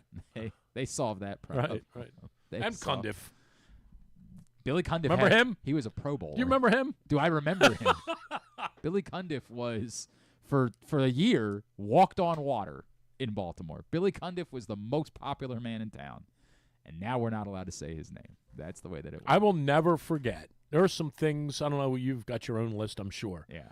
I have several things like indelibly etched in my mind from my time interacting with, and at that time, obviously, the two teams in the area. Mm-hmm. What, when John Harbaugh tried to fight you? One was Jay Payton. Oh, yeah. Sitting in the dugout. Just crossing off the days. And Ray Bachman said, it was like August 25th. Yeah. It was 93, one of those like 90, insufferable, like 93-degree days, 94% humidity.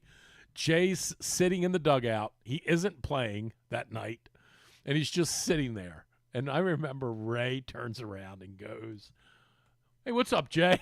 You know, Ray. Ray will talk and say anything to anybody. Yep. What's up, Jay? You doing all right, brother? Jay Payton looks up at Ray and I, and he goes, every day in my locker, I have a calendar, and I have a black magic marker, and I just put an X next to every day. One day closer to one being day over. closer to getting out of this S-hole. One day closer. And Ray's like, all being over. yeah, I know how you feel, brother. Ray like starts talking to him about it. Yeah, right. And I'm moving away. I'm like, oh my God, I think I'm going to cry, let alone him.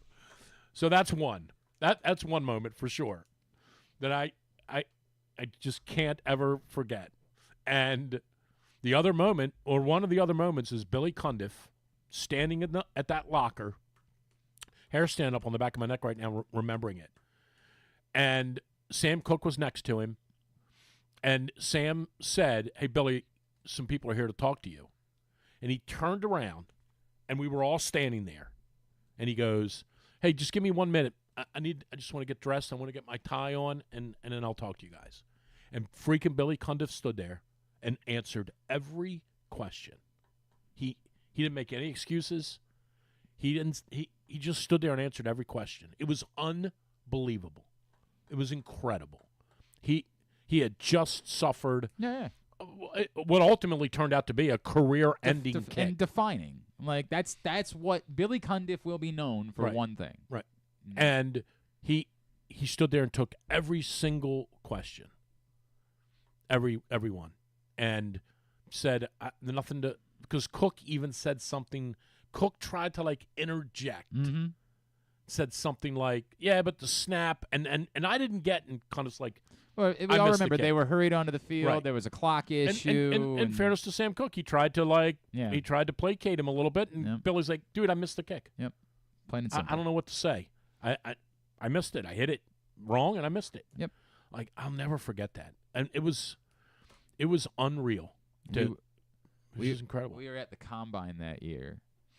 And thanks for that. Yeah, well, no, I don't think you made this trip. I think you I had already I said, went to one. Yeah, and about an hour in, I came up to you and said, I'm going to beat your ass for bringing me on this trip. You had said, I'm good. So I was doing the show from the Combine that year after the AFC Championship debacle. And John came over to sit down on the show, right?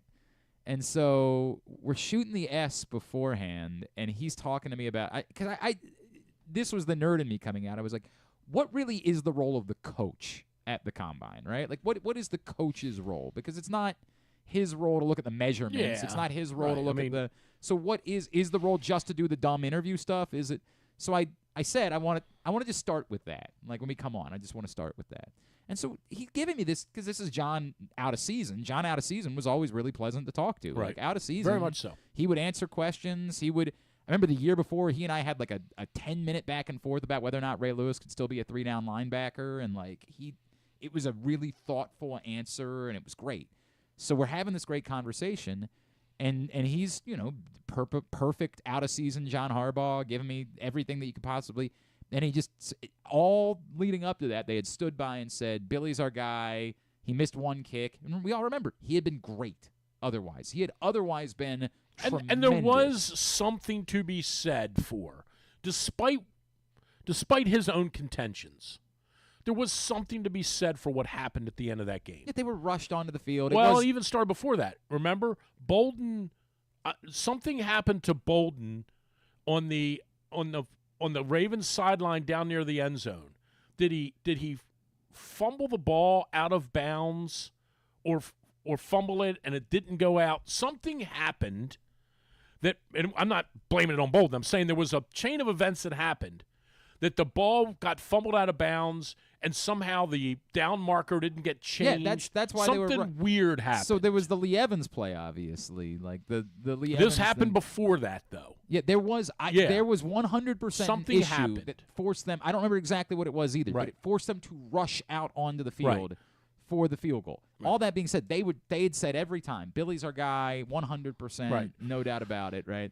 And I remember there was this. So I'm asking John just about what the role of a coach is, and so he's preaching, like he's moving into full, like he's got something to say mode. Right. And he says, so like take for last night, right? Like we bring a bunch of guys up to the room. We bring the offensive linemen up. We bring a couple of kickers up. And I remember like I caught it before he caught what he had said. I caught, and I said, what are you bringing kickers in John, for? you said you brought the kickers into the room last night. And all of a sudden, like his face just goes like action. He's like, well, hypothetically, we'd bring the kickers. You guys are getting rid of the kicker, huh? I said, well, I guess I better go take a look at who's in this class of kickers. I remember I stood up and I said, I'll be right back. I'm going to go take a leak. Yeah. And you said, yeah. Okay. No, I wasn't there. I was back in the studio. It was Luke. It was Luke. Yeah. Said, okay. And I said, you know what? Let me just hang in here case I'll watch in the event that this guy doesn't make this kick. What do you know? What do you know? That's the way that it went. All right, when we come back in, we'll play Would You Rather Wednesday. Drew Forrester is here. Would you rather have Trevor Rogers or Tippy Martinez? I'll take Tippy. What in the world? What's your grade for Elias right now? Right now, what's your trade deadline grade? Trade deadline right grade? now. Now. Not knowing if Jimenez is actually going to get another hit or not. So Eflin is an A. Eflin's an A and arguably an A+. Now, I get it. We'll have to see what those three guys end up doing long term. And I think those guys are all baseball players. One more year on his deal? One more year. One more year. But that's at least – that's an A at the worst at the moment. 100%. Like, Eflin's an A. 100%. Dominguez is a – it's a I want to say it's a B+. It's probably a B because we do have to acknowledge he gave up the home runs. But, like, they needed a back end of the bullpen guy. Dominguez has at least been a passable back end of the bullpen If guy. not him, who? Right. But I don't That might be why I'm willing to go A-.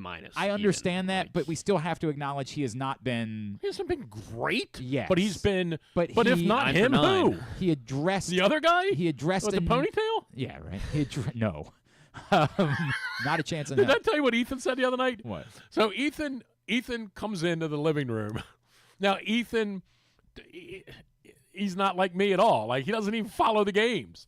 He just has passing. You know, like you got up this morning. You said, what happened last night? When he went to bed, it was 3-1. What happened? How did the game go? We won 5-3. That's Ethan's knowledge of it. Ethan walks in the other night. I'm sitting on the couch. Ethan looks up at the screen, and he goes, oh, he's in? I guess the game's already over. Right.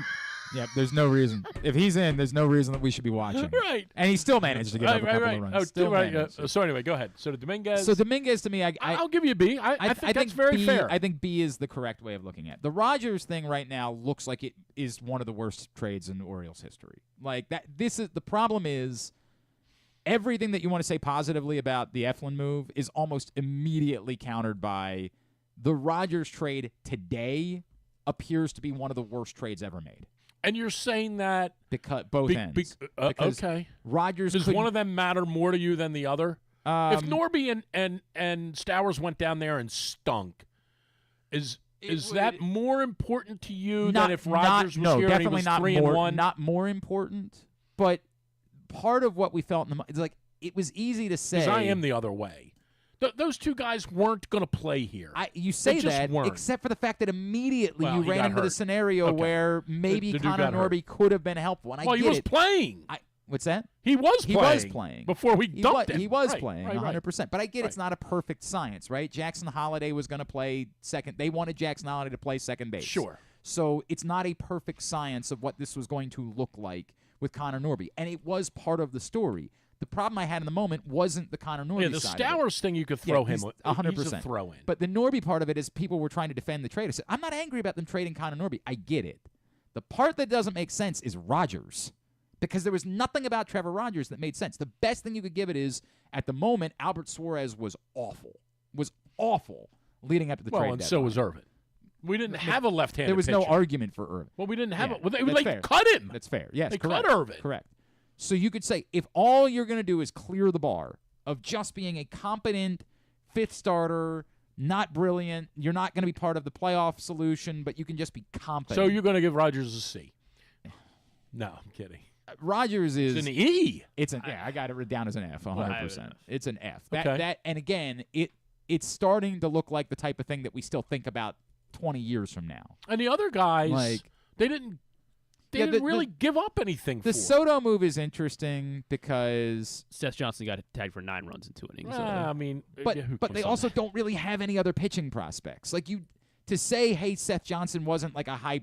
You're right, but you don't have any of those guys. They got the McDermott kid. Yeah. And they got Brandon. Is it Brandon Young? Yeah, Brandon Young. Yes, correct. And they got this kid. That's it. And they got rid of him. Yes. Right. That's part of the problem being if Soto, though, I'm going to defend them on this for a second. Soto, the deal for Soto never happens if Colomb doesn't get hurt. Probably so the case. This is a byproduct of something that happened, and we needed a lefty. And look, for a little while, it was looking like Soto was becoming part of the solution. Then, he's been better of late. He had been really good for 8 appearances, and then he got touched up the other day. Right. I would say that's going to happen. In all, he needs another necklace. That's a C+ that by the end of the year I might say is a B-. Okay, right? I would agree with that. At the end of the year, I might say if he comes in against the Royals, because that's who we're going to play. If he comes in against the Royals in this 8th inning and shuts them down when it's 3-2, and they got runners on second and third, his whole grade could change in the postseason. Correct. At the moment, to me, the totality of Soto is a C+. As much as I kind of thought Slater, we already had Slater. His name was Austin Hayes, and he was better than that. Yep. Slater is Austin Hayes. He's largely he's been without the power. He's been the version of Austin Hayes that we saw most recently. Without the power. Yeah. Hayes is going to hit 15 home runs. This guy's going to hit 5. The best version of Austin Hayes is better than Austin Slater, but we weren't seeing the best version of Correct. Austin. That's a great way to put it. And that was a throw. Over the course of 162 games, Austin Hayes is a better baseball player than Austin Slater. Yes. Period. Correct. But that's the down you hit it right on the head. Yeah. But the 50 games a year Austin Hayes is not as good as this guy. Yep. So to me that's a solid B. I would agree. And we didn't give up anything for it. You didn't give up anything to get him. And I would say the same the Jimenez thing. For a minute, we were like, wow, look at this. Now we're all starting to realize this is the reason why they were okay running him out of Chicago. Like, Correct. This is he's a total fraud. He literally can't move. But he smiles a lot. He seems like a good guy in the clubhouse. Right. He actually isn't, but that's okay. Well, that's what everybody said in Chicago. But here, the guys seem to like him. Like, I get it. Everybody in Chicago said the same thing. Right. But he's a fraud. Here, he has seemed to get along. Run. He and Ramon Arias developed a relationship that was apparent. But I'm still going to say this. I'm going to contend. I'm telling you, he's going to get a hit that matters. Probably. You're probably right about that. He's going to get a hit in that Yankees series that matters. I'm just telling to me, you. it's a C. What about Pat Riley? Throw him in there. Yeah, we're not gonna talk about Pat Riley. Although Riley didn't what's his face actually the other who was the Who was it that was on the other side of the Riley deal? Billy Cook, right? And didn't Billy Cook get caught up? Yeah, he did. He had a 2-run double in his first plate appearance. Of course. Of course he did. It was with the Pirates. It didn't mean anything. Of course he did. Of course he did. All right, so if I give, so what would you give Elias? If I give Jimenez a C at the moment, if I make, because they also didn't give up anything for Jimenez either, so I can't, whatever. I could even call it a C+ if you want, because he had a couple of hits that mattered. I don't know. It smells like what I'm saying is it's somewhere. The Eflin and the Rogers deals are such polar opposites. They're right? like a golf handicap. You can take them out. Yeah, and then you can take the best score out, right, and the worst score out. And then it smells like I've got 2 Bs, 2 C+, so it sounds like it's a B-, C+. Then you curve it all based on, I guess. So Kikuchi, I guess, is one of the better deals. The deals that were made that they didn't make.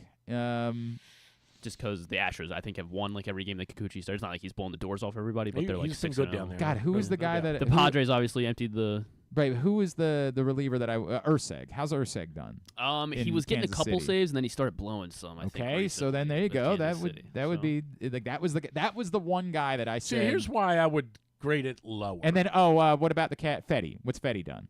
Nothing. Okay, so there you go. So those are the two guys that I most wanted at the deadline were Fetty and Urseg. Those are the two cats that I you don't run the team. Here's I didn't trade for Trevor Rogers. That's right. Well, and I guess here's what I would say. Here's why I would be a little more harsh.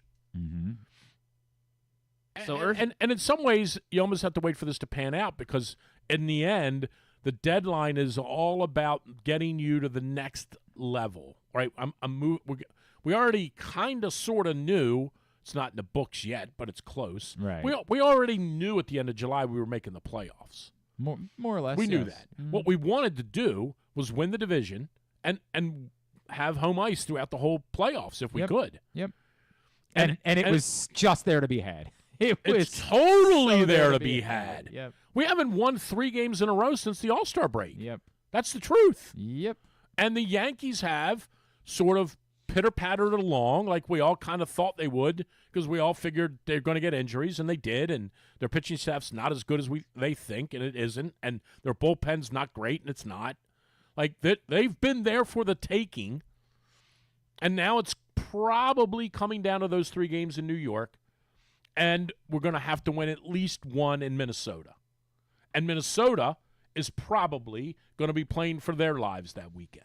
Yeah, probably. So if I hate to say I'm going to delay my grade, but no, I am delaying. It is the appropriate way of saying it. I'm waiting right. to see. Right. You made these deals to get you over the top. Mm-hmm. They haven't got you over the top. Now, I also more than happy to acknowledge you had no idea that was going to happen to Westberg, and I think it's very fair. We'd be naive to ignore the fact that as he's not been around, that their play has definitely diminished.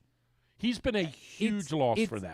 I don't disagree with any of that. But I know Urias has had a nice little run of it, and I would say, but he's no Westberg. It's also equally problematic that one player could have that type of impact. Like that's problematic too. Well, that's okay. If that's what you built was that it's because the argument is Westberg was one of the few guys in the lineup that did something different. Like you have a bunch of guys that are they're all up there left-handed swinging for home runs, right? Like, and Westberg was one of the few guys. Well, not only that, but and I'm not, me, I'm not really a data nerd, but I do think the I'm not a big advanced data nerd of the balls, how hard the balls are hit and balls hit and play, but I am a nerd when it comes to I said this to somebody the other day. You and I've had this discussion before. I might have been late to the party, but it's because I'm old. Moneyball really did change the way we think about baseball. Mm-hmm. It really did. Look, because we used to think, and my generation, not yours per yes. se, because you kind of grew up in the Moneyball era. I didn't. Not grow up, but I was young enough that right. In the old days, air quotes, right? In the old days, the only thing that mattered in hitting was what was your batting average. Correct. That's all that mattered. Yep. Now, what matters is how many times do you get on base, and what do you do when runners are on base? Those things matter. Are huge. Those things matter right? significantly. And so you look at our respective, and I'll just use OPS. Like you look at our big numbers, like when there are runners on base, something happens. I know they have to be thinking about it. Yep. What happens to now Rutschman came through last night, which was great, but to go to you, I'm using this to kind of talk about your point about Westberg. If we had one or two other guys hitting the ball hit them where they ain't, when we had runners in scoring position, I don't even know that we're having this discussion.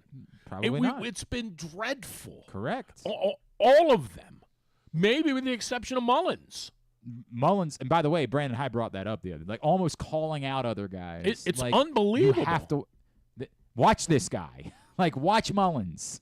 This incredible. Is what it's supposed to look like. It's incredible. I mean, O'Hearn had a good stretch there. Now he's completely flatlined, and if Santana doesn't hit a home run, he gives you 0. Mm-hmm. Like it's, and that's what worries me about the post. I am still of the mindset. I keep saying this over and over, and I hate to go back to the Rangers, but I keep saying this to people over and over. You're just trying to get into the season that has 14 teams. You're trying to go from the 30-team season to the 14-team season. And the only way you can win the championship is you got to get into the 14-team season. And if they get into that, that's a success. Yep. You can say this is just like all this garbage that people say about Lamar and the Ravens. You're just trying to get into the 14-team season. Yep. Yep. And if you do that, but you got a puncher's chance. And you have a puncher's chance, but you have to be capable of playing the baseball that it takes in order to. And now, it doesn't look like it doesn't feel like they are. The question becomes, if they get a couple of these guys they really back, need to win the division. Go a long way. They really need to win the division. And then you get the flip side argument, which is that hurt them last year because they played the wrong team.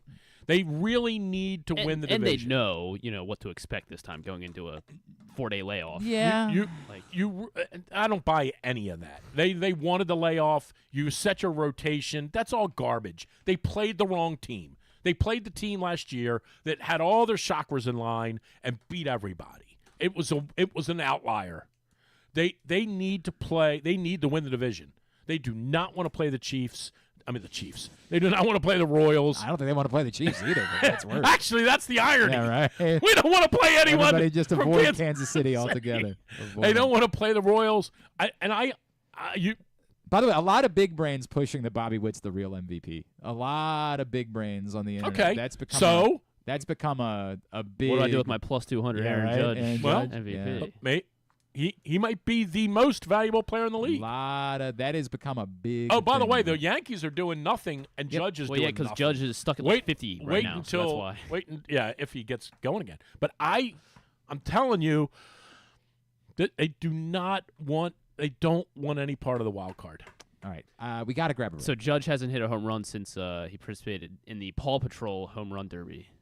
That's it. Marshall, the whole crew, they got to go. Well, you know what I would say. Get him back over there. Yeah, no right. doubt. All right, when we come back in, we'll play Would You Rather Wednesday. That's next. Drew's here, Glenn Clark Radio. Want to improve your golf game or learn to play for the first time? The Baltimore Golf Academy has fun, instructional programs for the beginner golfer to everyday players. The Baltimore Golf Academy can take your game to the next level. Enroll today at BaltimoreGolfAcademy.com. The ultimate fan experience awaits you at Sports and Social Maryland. See how we're raising the sports bar with our massive 100-foot media wall featuring 40 HD TVs and a 47-foot big screen. Bet on your favorite teams and this year's biggest events at the FanDuel Sportsbook while enjoying your favorite beers and cocktails, plus our delicious takes on bar food classics. Visit Sports and Social at Live Casino and Hotel Maryland at Arundel Mills. Must be 21. Gambling problem? Call 1-800-GAMBLER. Driving in Maryland? Did you know an Easy Pass from DriveEasyMD.com can save you time and money? Of course you did, because you are a thrifty driver. An antenna reads your Easy Pass transponder and automatically deducts the toll from your Easy Pass account. Learn more at DriveEasyMD.com. Hagerstown, Maryland. a snapshot of American history that dates back centuries. Today, the roots of the city expand with another historical moment, the grand opening of Meredith Park, Hagerstown's new event stadium and home to the Atlantic League Flying Boxcars. Experience the energy, culture, and adventure. Plan your getaway today at America's newest and most innovative ballpark. You're welcome in Hagerstown, Maryland. Visit Hagerstown.com. Treat yourself and taste the Baltimore tradition that is the legendary Costas Inn. Hey, it's Stan the Fan Charles. For over 50 years, the Costas Inn has been a Baltimore original, dishing out their legendary fat, delicious, award-winning crab cakes and steamed crabs. It's crab season, so sit back and crack some crabs while watching the Birds pursue another divisional title on Costas's 15 TVs. On Monday night, the Costas Inn offers their half-pound jumbo lump crab cake with 2 sides for under $30. So head on down to the Costas Inn today at 4100 North Point Boulevard or visit them at CostasInn.com. The votes were all counted, and the results are official. Royal Farms was named #1 for food in the USA Today 10 Best poll, receiving more votes than any other convenience store chain in America. The next time you want to get some good food fast, doesn't it make sense to go to Royal Farms? Voted best in the USA and home of world-famous chicken. Real fresh, real fast, Royal Farms. Escape to Ocean City, Maryland, and discover a place that just feels lighter, where every day feels like Saturday and French fries are a food group, where flip-flops are always in fashion and seafood is always in season, where the boardwalk is bustling and the beach is right outside your door, where you can rise with the tide and feel like a kid again. Ocean City, Maryland, somewhere to smile about. Book your trip at OCOcean.com. Gambling can be a fun and entertaining experience, but there are risks involved. If you're planning on betting on the game at the casino or on your phone or computer, know your limit, stay within it. Set a budget and a time to stop. Remember, gambling isn't a financial solution, and it doesn't mix well with alcohol or drugs. Know the risks and have a plan before you begin gambling.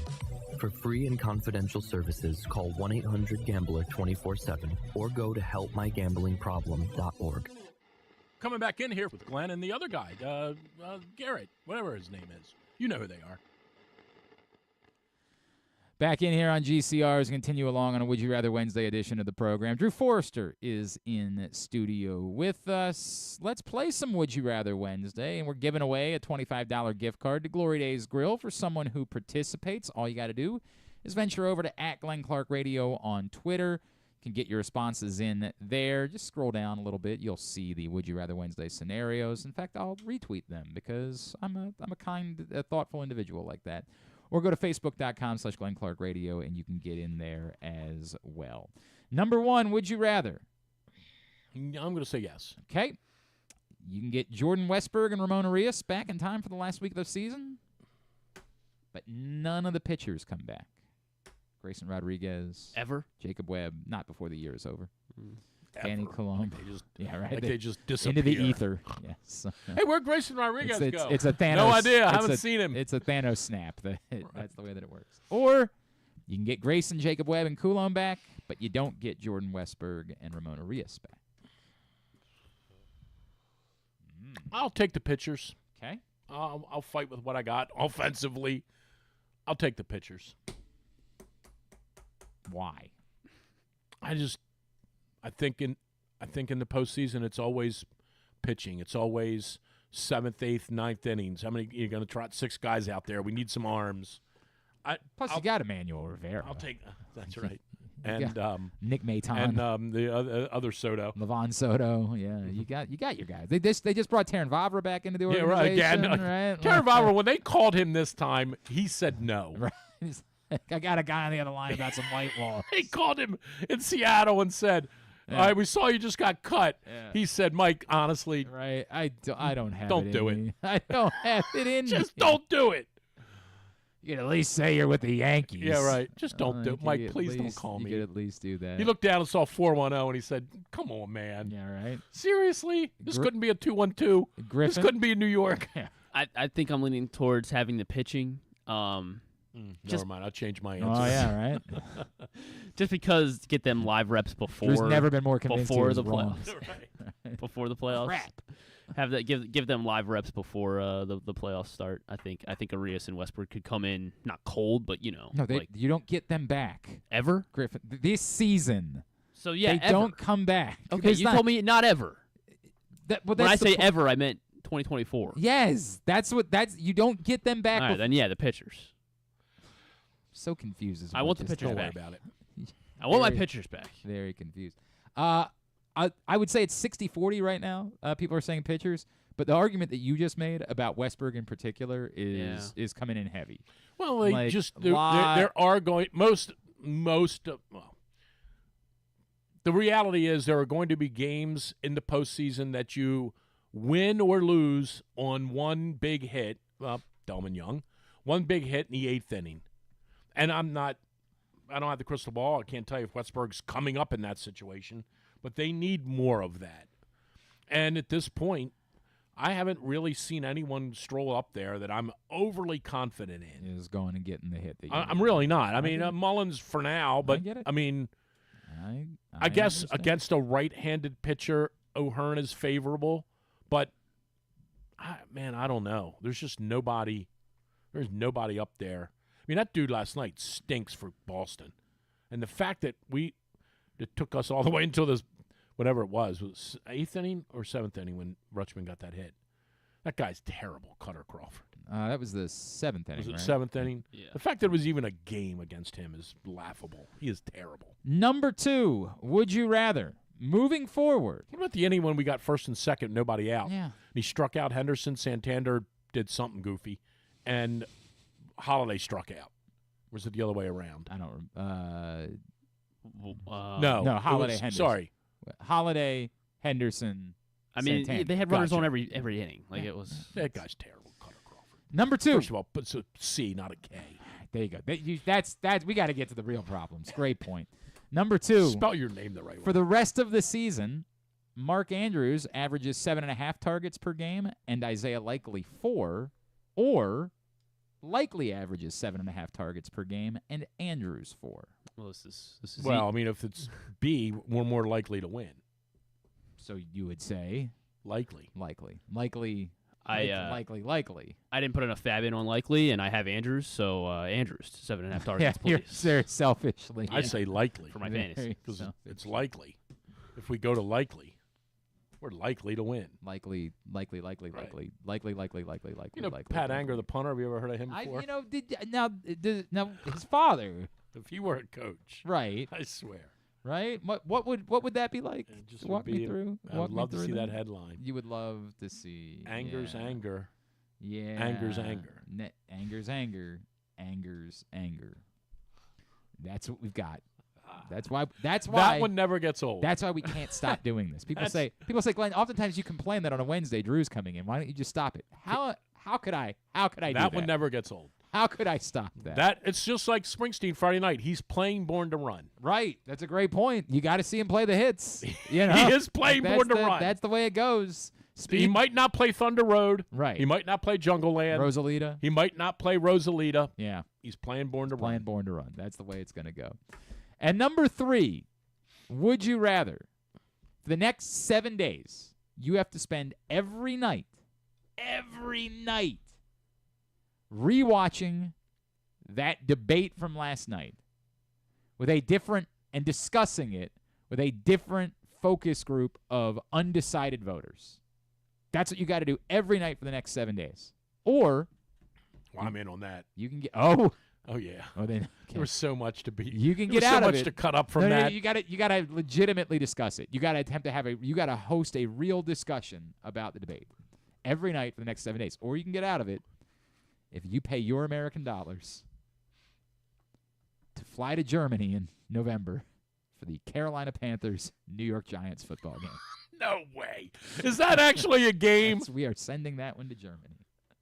I bet the Germans We're are thrilled. Finally getting back at them. Finally. I bet the Germans are just. Hey, guys. Yeah, we're allies now. We love you. In fact, we're going to send you some football.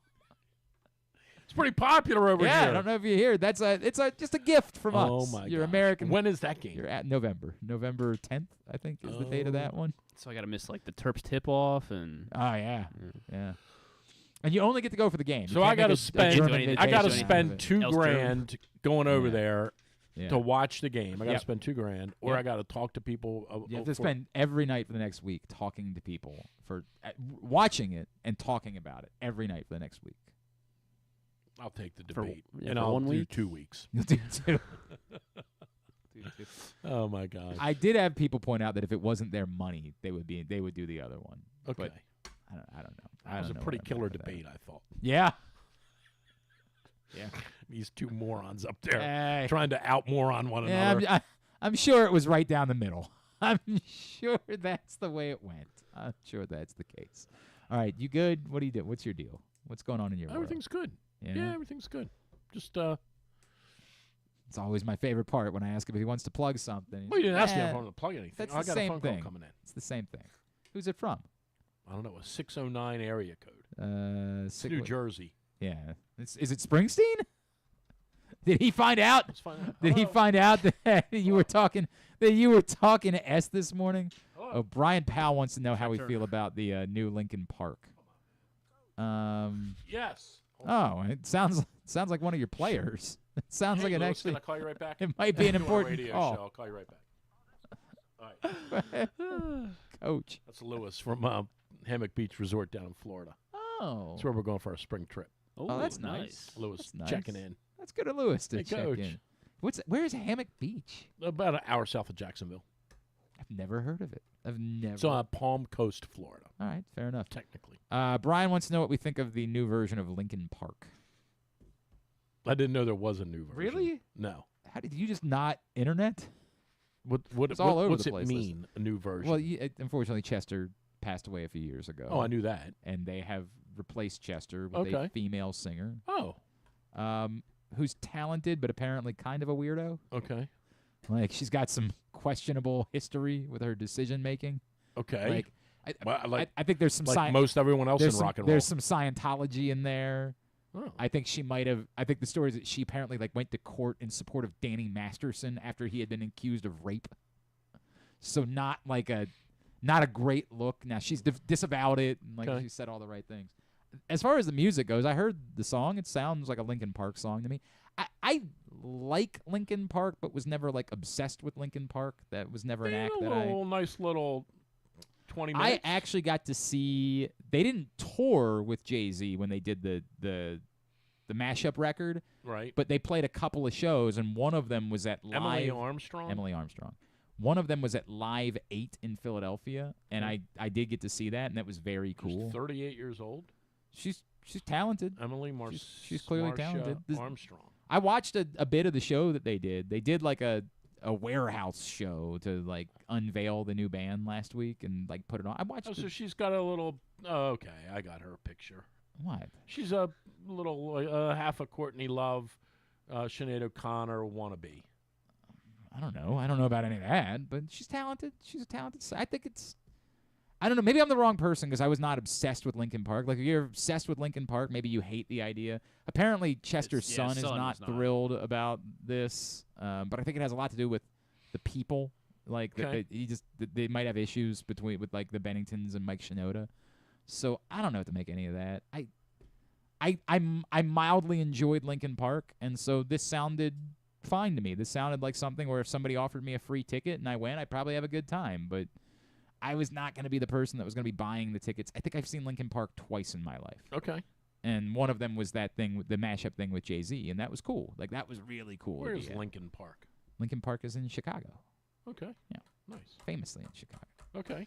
All right, you got anything else? You tapped out? Well, we got way more than I expected to, in fairness. Way more. We talked about sports at multiple multiple points during the morning. We got way more out of this than ever thought we would.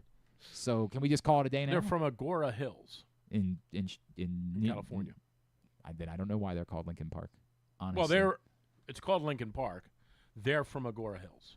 But why would they call themselves Linkin Park if Linkin Park sounds cool? I'm not sure. All right, whatever. This is not worth the time. It's not worth it. My guess is there's a Linkin Park in Santa Monica. There's another Linkin Park. Yeah. All right, very good. But it's spelled Lincoln. Yeah, right. And I would assume that's what they were going for. They were trying to be, hey, yeah, we're going to be called Lincoln Park, but we're not going to spell it. We're going to trick you. We're not going to spell it Lincoln. We're going to spell it Lincoln. You got anything else? That's what I would assume. Oh, LincolnPark.com was the domain was already taken, so they went LINK. They just changed the name. Yeah. There you go. Look at that. So that's how these things happen. Okay. The famous Lincoln Park is the one in Chicago.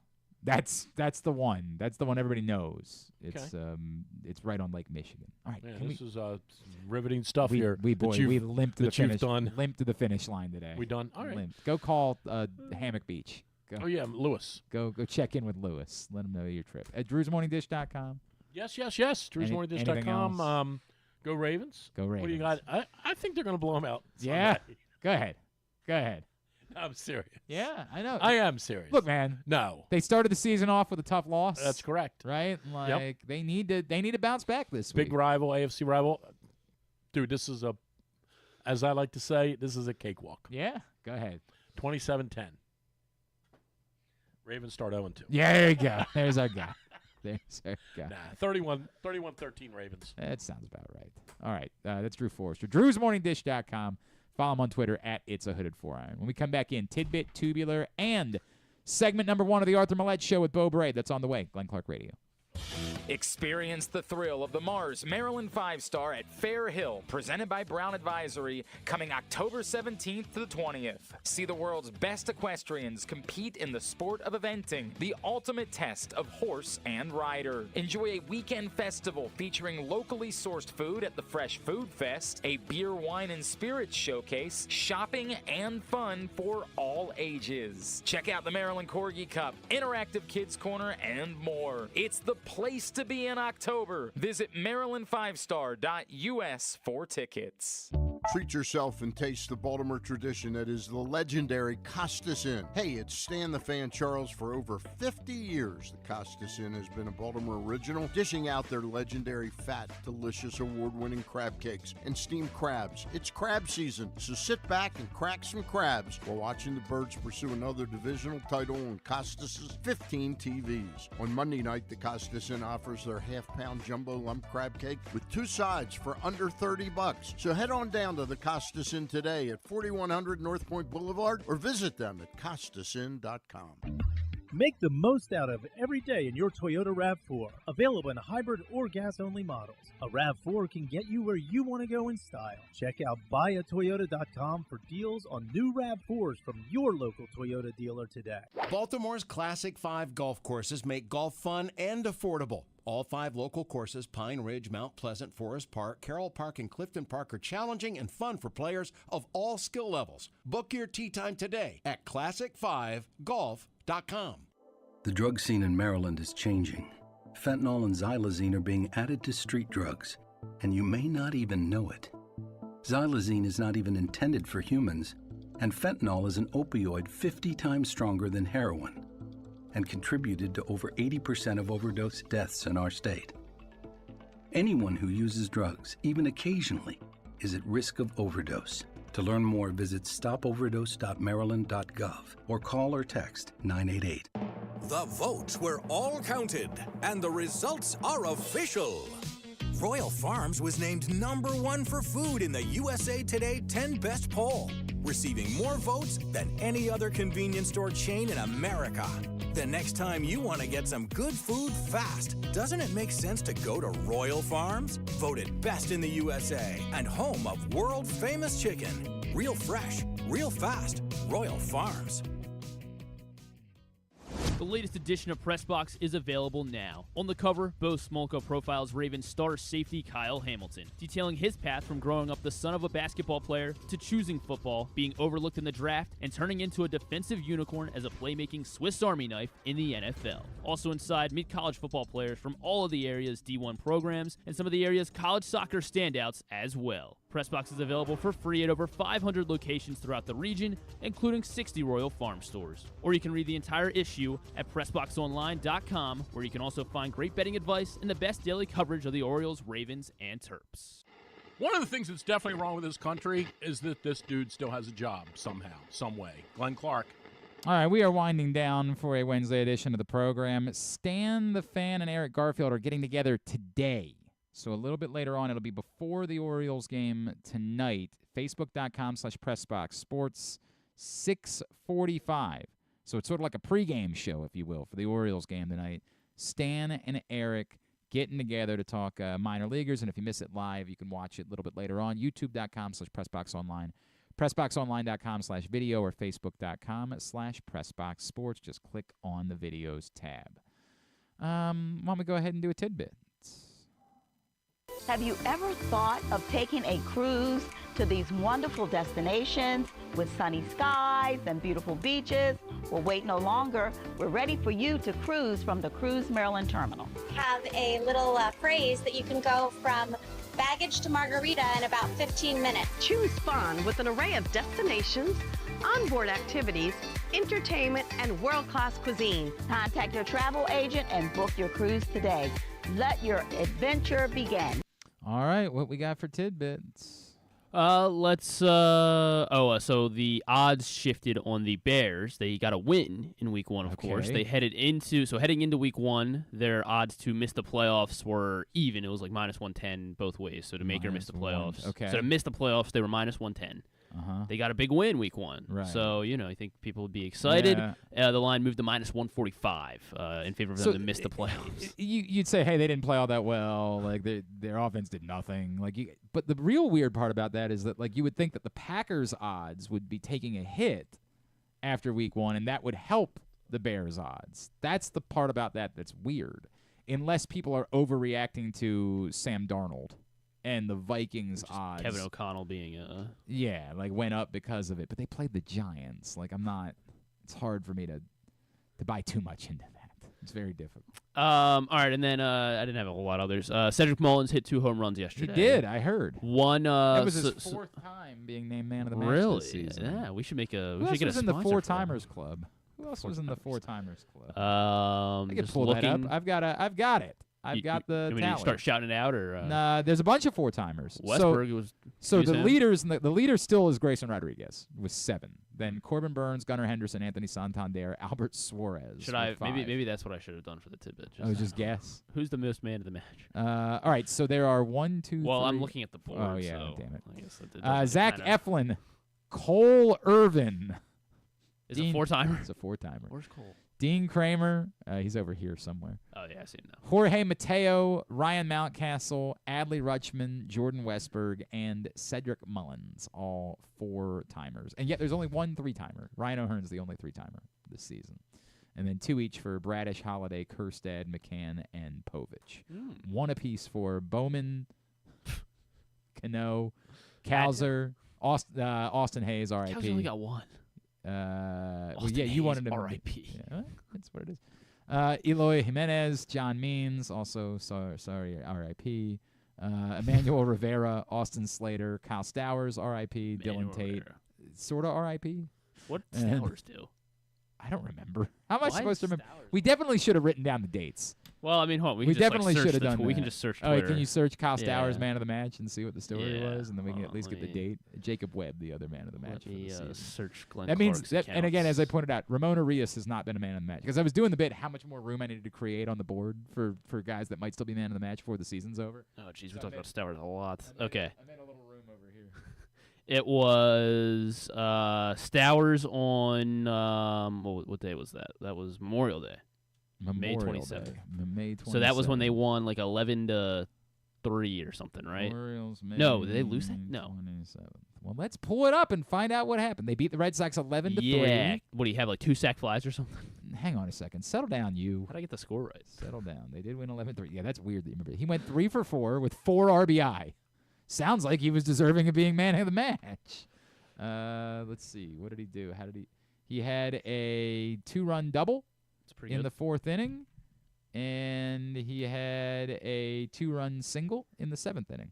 Norby's been like man of the match for the Marlins like 2 or 3 times already now. Yeah, Arias, if he comes back, could still end up being man of the match. Dominguez hasn't been man of the match.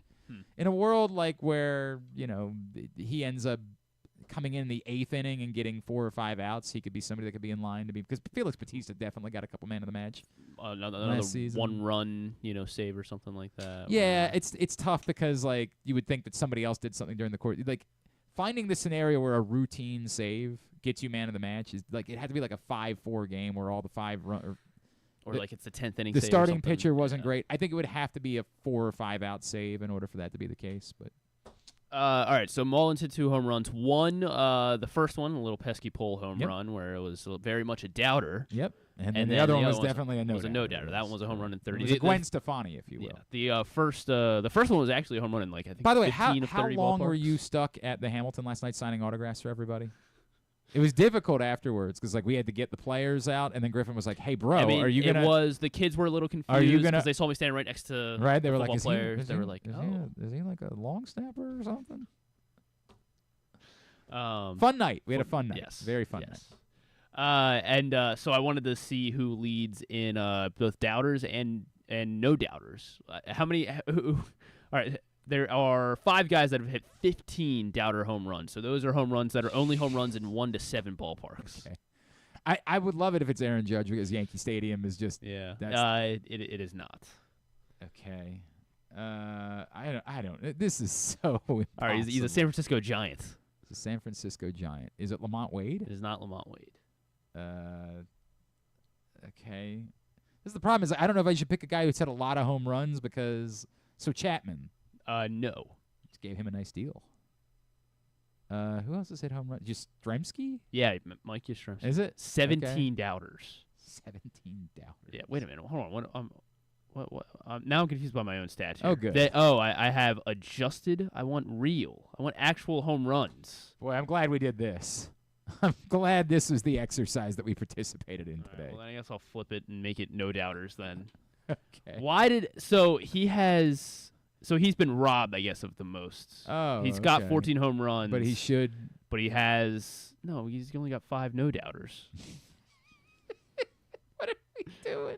Well, hold on. I'm confused by how Baseball Savant broke this up because I don't understand why he would have 17. Yeah, how does he have 17 doubters? All right, don't. You're. All right. Well, then the other ones are Corey Seager or Dolis Garcia. So, I guess it's just guys that it- hit a lot of home runs. Is a doubter do they define a doubter as any ball that would be a home run in 1 to 7 Major League Baseball parks, whether or not it was actually a home run? I guess so. Okay. But So yeah, a fly ball in San Francisco that could have been a home Yeah. run somewhere else, they count it as a doubter. But they also have it. So he has 14 home runs. His expected home run is 13.3. So it's not like he's being that robbed though. Brother, I don't have the argument here. All right, let's go I no don't know. doubters. Go ahead. The top. There It are sounds 6 like guys. it sounds like what they're saying is all 14 of his home runs were doubters. Yeah. Basically. Well, he does have 5 no doubters. So then they're saying, all right, dog, I got nothing. All right, that's on me. I'm sorry. There's 6 guys that have hit 20 no doubters this season. 6 guys with 20 no doubters. Judge. Judge is tied for first. Yeah, man, he's hit 50 home runs. 27 no doubters. How about Santander? Santander is just outside. He has 19 no doubters. So we can do the top 9 if you want to expand it. No, I don't really. We still have to play segment number 1 of the show. I don't want to expand. I don't want to do anything. Ohtani? Ohtani is tied with Judge for 27 no doubters this season. He's the higher no doubter percentage. I'll try Harper. Oh no, because what am I doing? Philly. Yeah, Schwarber. Yeah, that's what I meant. 22 no doubters. Harper could be up there. But he was hurt for. Yeah, that's true. Yeah. He has 9 no doubters. Harper does.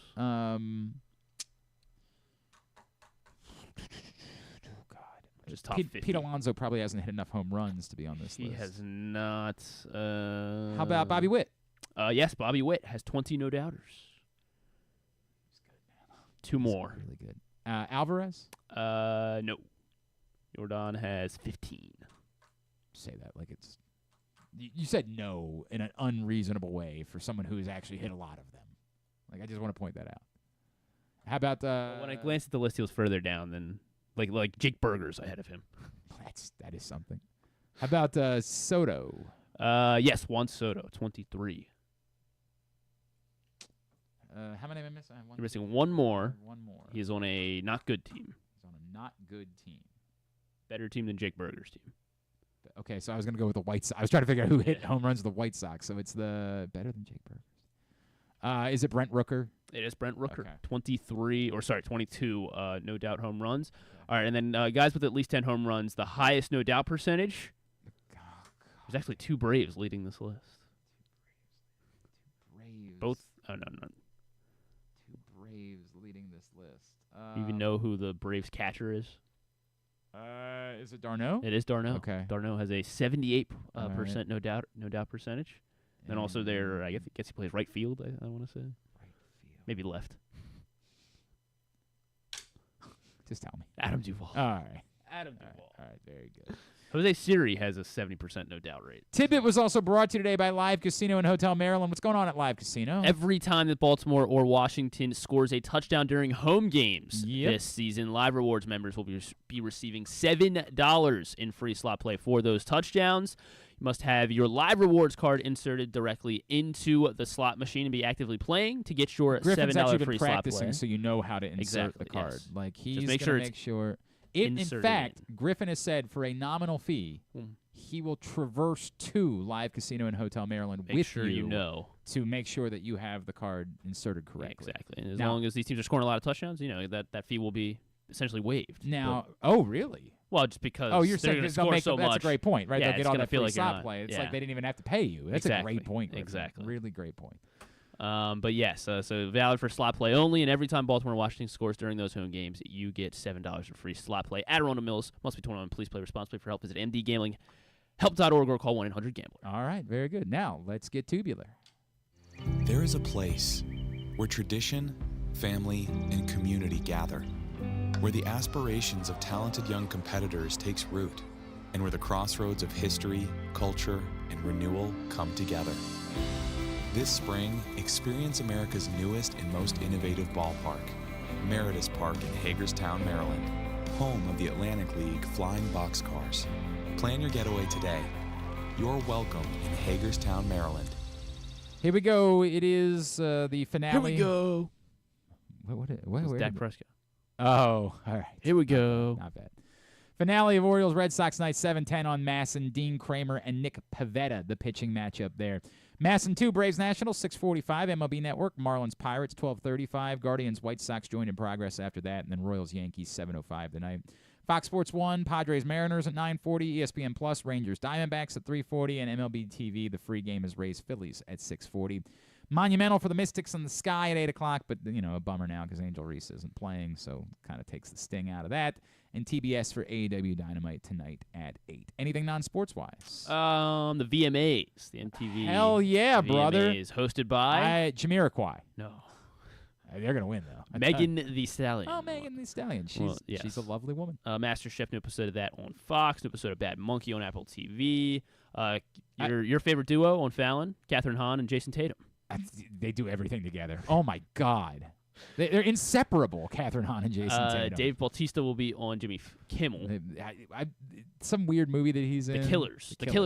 The Killers Game. So I think he's like an assassin, or he was a former assassin, and they're pulling him back in. Or it sounded like he was in the trailer. Like he was supposed to be an assassin, but then they called him and said, "Don't kill the person" or something like that. And like I thought like he was a former. I don't know. It looks like a movie that I would watch. Terry Crews was in it too. I think it looks like a film that I. Samuel Jackson will be on Stephen Colbert with Amy Ryan as well. Oh, okay. Anything they're plugging? No, not together. But Samuel Jackson's in Fight Night. I did watch the first couple episodes of Fight Night. I don't know why a friend of mine convinced me. There's so much NBC content. A friend of mine who knows that I'm a book club guy. Right? Like, so this same friend that convinced me to watch the Lacey Peterson shows that were on both Peacock and whatever the other one was on, told me to watch The Perfect Couple. Now, this is the Netflix, right? This is on Netflix. Got it. This is Nicole Kidman, Liev Schreiber. Yeah, it actually looked good. Everybody loves it. It is not book. It's a show. It's not a documentary. I swear to God. Everyone told you. This is a friend of mine who is much like me, like, sports fan, like, dude stuff, but like we got a soft spot for watching murder mysteries or watching murder documentaries. He said, "Dude, watch The Perfect Couple on Netflix." And I said, "All right, cool." And so, knowing nothing about it, I just hit play. And I realized like 5 minutes in, I'm like, this isn't a documentary. But then I thought, okay, maybe it's like a show that's based on a true story. You know, like the American Horror Story type of the American Crime Story. Yeah. I'm like, maybe it's based on a true story. Like maybe that's what I'm missing here. So then I look it up. It's just a show. That's all it is. But then I was too far in, so I had to keep watching. So I'm in on that. But I'll there are other things that I do want to get around to watching here in the next couple of weeks that I haven't had a chance to yet. All right, is that it? Yes. All right, very good. Everything at GlennClarkRadio.com. Tubular was also brought to you by the print issue of Press Box, which is available for free at your neighborhood Royal Farms and the hundreds of locations around town where you find it. You can read it all at PressBoxOnline.com. There's Kyle Hamilton right there on the cover. Great cover story from Beau Smolka. All right, thanks today to Drew Forrester. Thanks to Mark Clayton. We'll get all that up. And the Arthur Maulet Show in the greatest hits section of the Here we go tab at GlennClarkRadio.com. I don't know that I hate it. I don't know that I want it to stay, but I don't know that I hate it either. Maybe we make it like a Wednesday thing. Maybe on Wednesdays. Press box. I don't think it's that much, Griffin. I think you can handle it. Coming up tomorrow on the program, we're going to chat with Maryland wide receiver Ty Felton, who's off to, I think he's leading the country in receiving yards or something like that. Good couple weeks. Probably be willing to trade that in for having won the game last week, but that's what it is. Ty Felton's off to a great start. And also tomorrow, Andrew Catalon from CBS is going to join us before he calls the game. We'll, of course, make picks with KZ and stuff and things. Okay. Very good. Thanks to everybody at PressBox, all of our great sponsors and partners, including Maryland 5-Star, Baltimore's Classic 5 golf courses, Live Casino and Hotel Maryland, visit Hagerstown in Washington County, the Green Turtle, Cruise Maryland, Ocean City, the Hamilton Sports Bar and Grill, Easy Pass, Royal Farms, the Ed Block Courage Awards, HelpMyGamblingProblem.org, the Costas Inn, MSAA, the Baltimore Orioles, your local Toyota dealer, buyatoyota.com. Thanks to Griffin at Griffin_Bass. Follow us, Twitter, Instagram, and TikTok at Glenn Clark Radio. Have a great Wednesday evening. Go Birds. Duke sucks. We wrap up today's show. This is segment number 1 from last night at the Hamilton Sports Bar and Grill, the Arthur Maulet Show, the inaugural edition with special guest Beau Brade. Press Box 105.7 The Fan. We are live from the Hamilton Sports Bar and Grill on Harford Road. My name is Glenn. Her name is Rita. It is good to be back. Yeah. And we are so excited about our host for this season. This guy, we've gotten to know him a little bit over the last few months. He's fired up about doing this. Would y'all please make some noise for number 10, Mr. Arthur Maulet?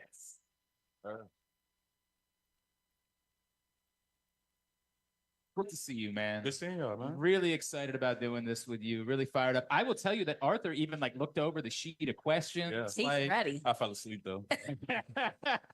Which is not a great sign for what I had prepared for the show.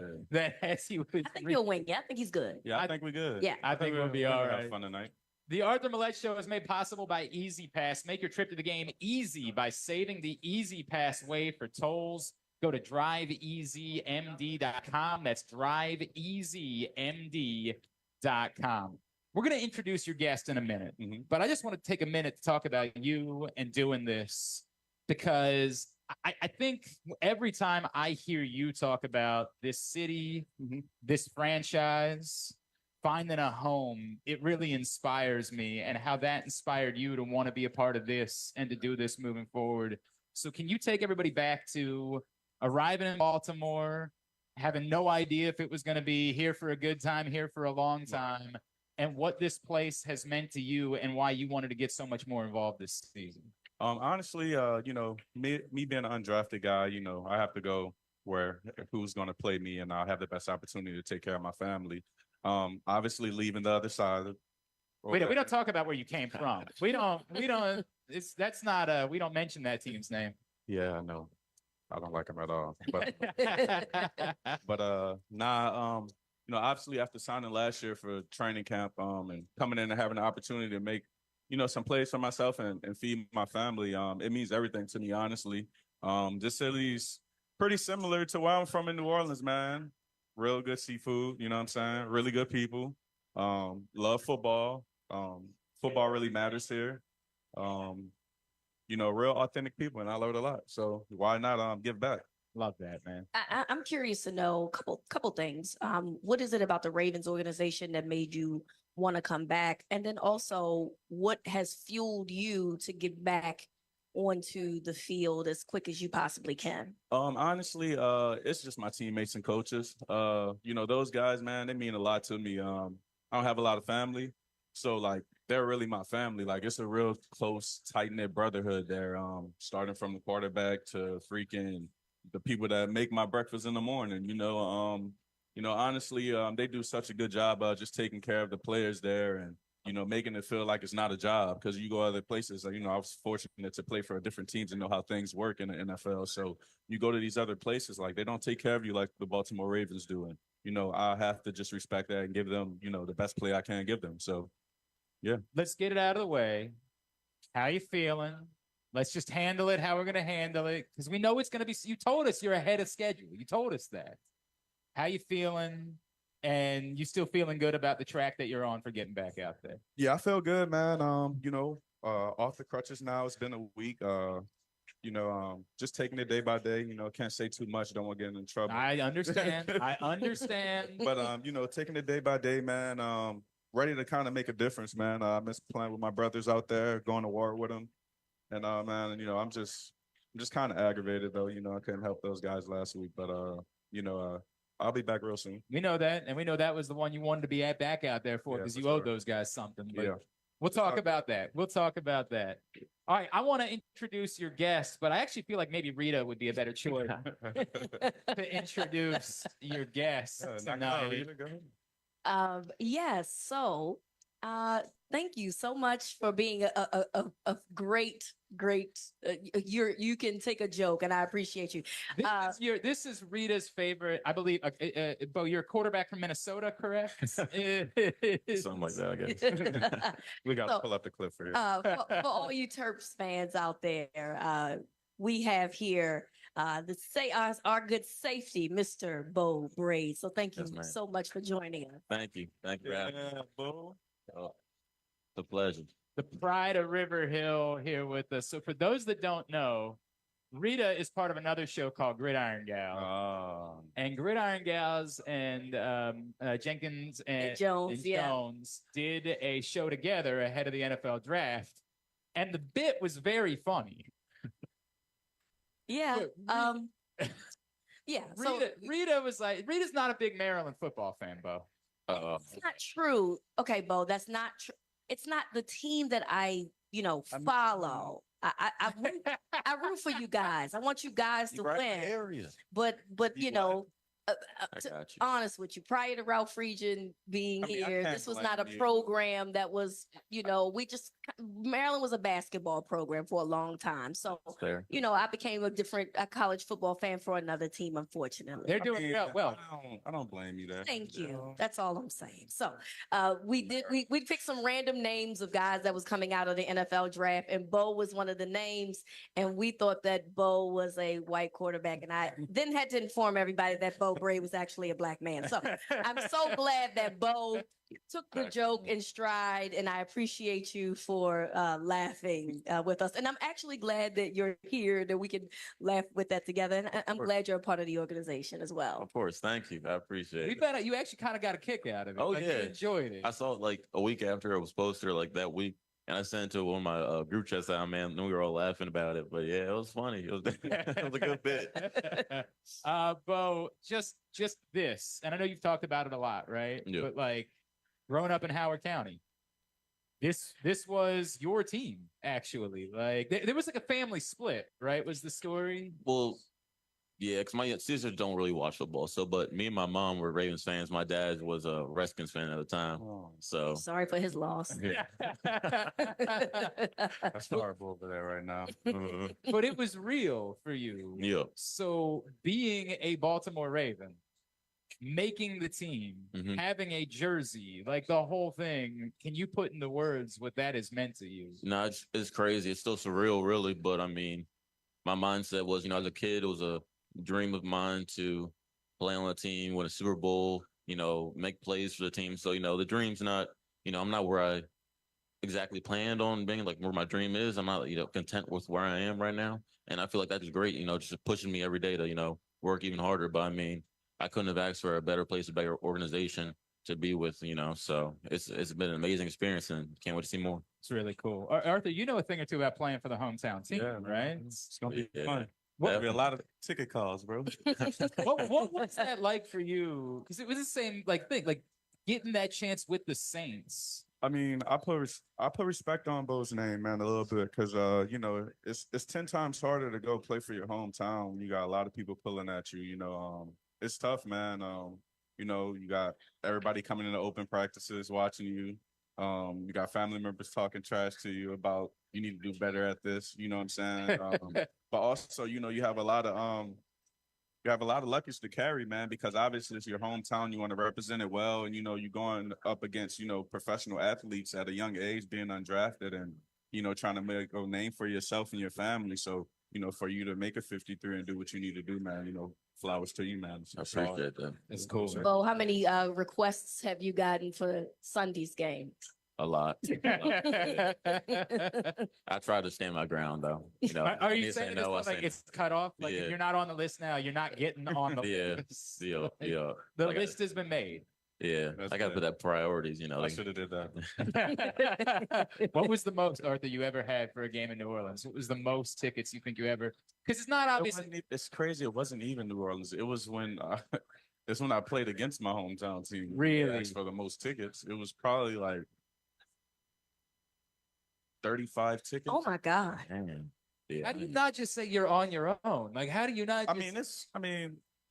It's not like they come to every game, right? So for me, it's like, okay, just one big game. I'm cool with that. It's the family Super Bowl. I mean, fair enough, I guess, man. I feel like I get sick of it real quick. Nah. I feel like after the fifth request, I just say, "Yo, that's enough." Yeah, 35 is crazy. Yeah, right? You're good. How many do you have for Sunday? You think I got 35?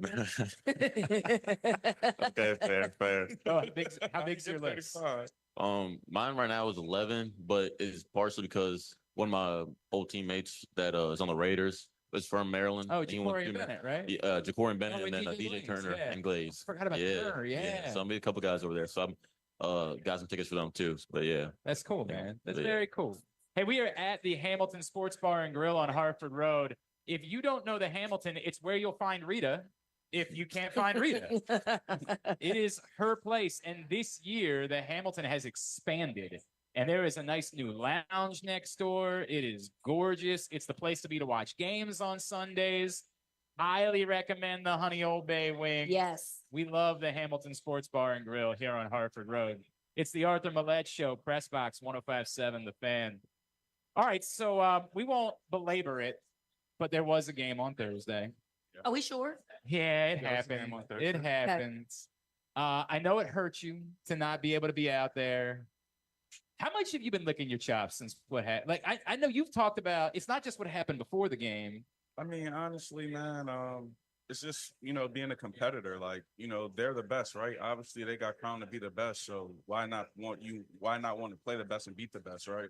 Those guys are a hell of a team, right? But as being a great competitor, and you hear everybody that talks about people that are great competitors, they want to play the best people, and they're not scared of them, right?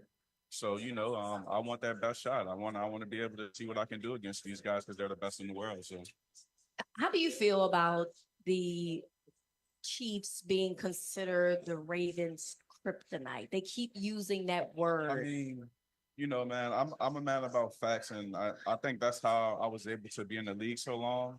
Just being real about every situation. The situation is they're beating us, right? Obviously there's close games, and we're one adjustment or two plays away from beating these guys, right? They have our number right now. We just have to fix certain small things and be able to get back to the drawing board and beat them when it matters. I got another question to add to that. I know moral victories is not necessarily a thing, right?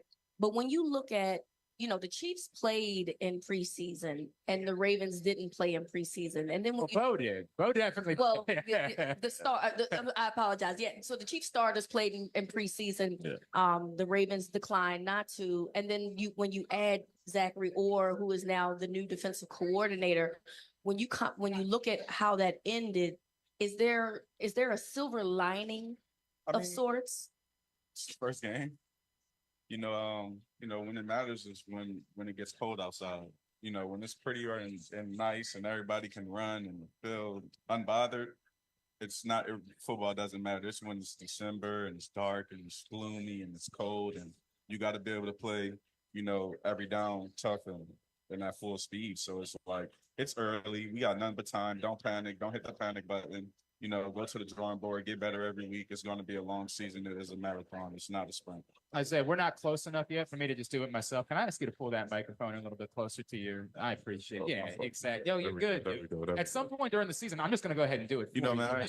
We're not there yet. Like, we got to work on that part of it. Nah, it's all good.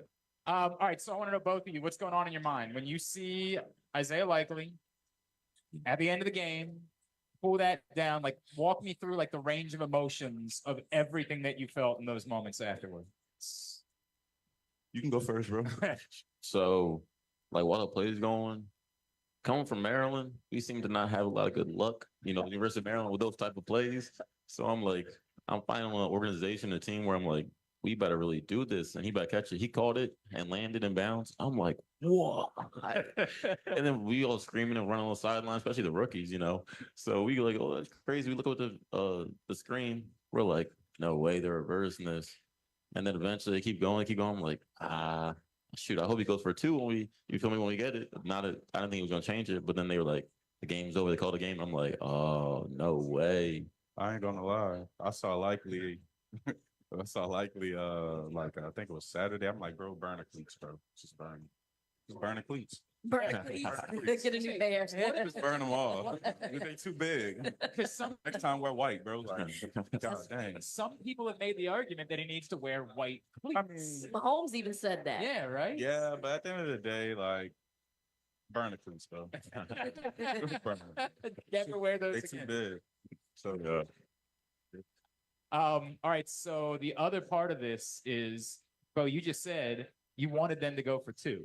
Yeah. I feel like a lot of people think a defensive player, like, yo, I want to be back out on the field. I want 2. Okay, talk me through that. Why do you guys want them to go for 2? Why would you Mahomes hit the ball again? Yeah. Don't get me wrong. We have a great defense, but at the end of the day, it's all about respect as well for your opponent. All right, you don't want to get the big head and be like, all right, whatever, we're going to kick it, and now we lose the toss, and now we're giving this the ball to Mahomes. Go for 2 and eliminate them right now. Just be done with and just be done with it. Don't be scared. Have belief in your offense and what we do through all. And you can make like you're cool with if it doesn't go your way, you're still. That's the MVP with the ball in this. That's what I'm saying. I'm right. Cool. Like I'm taking that all day, right? I mean, like any day of the week, 7 days, whatever. Lamar Jackson, I need 3 yards. I'm gonna trust it. Come on, we got Derrick Henry, we got Lamar, like got Zay, like got. Go ahead. Yep, I'm cool with it. Did you like going? So when they go for it on 4th down, when I saw him do this, I was like, yes. And then they saw the replay. I'm like, oh. But you dig it, like so they did twice during the game. They went for it on 4th down. Yeah. You like that too? You like? I mean, yeah. At the end of the day, man, like being a defender, like you got to have your offensive back. Sometimes they have to be aggressive. You know what I'm saying? All right. If they want to be aggressive, go on there. All right. I don't know what's going on. We'll try to get Arthur's mic figured out. We got to take a commercial break anyway, so that's all right. It's going to time out perfectly. We won't labor the Kansas City thing anymore, all right? We'll leave it alone from there. Would y'all make some more noise for Arthur Maulet and Beau Brade, please? Are you struggling with addiction? The stigma keeps people from reaching out, but there is help available. For more information on what you can do about addiction, go to stopoverdose.maryland.gov. When we come back in, you're a New Orleans guy. There's some controversy about who's playing the halftime show in New Orleans. We're talking about it next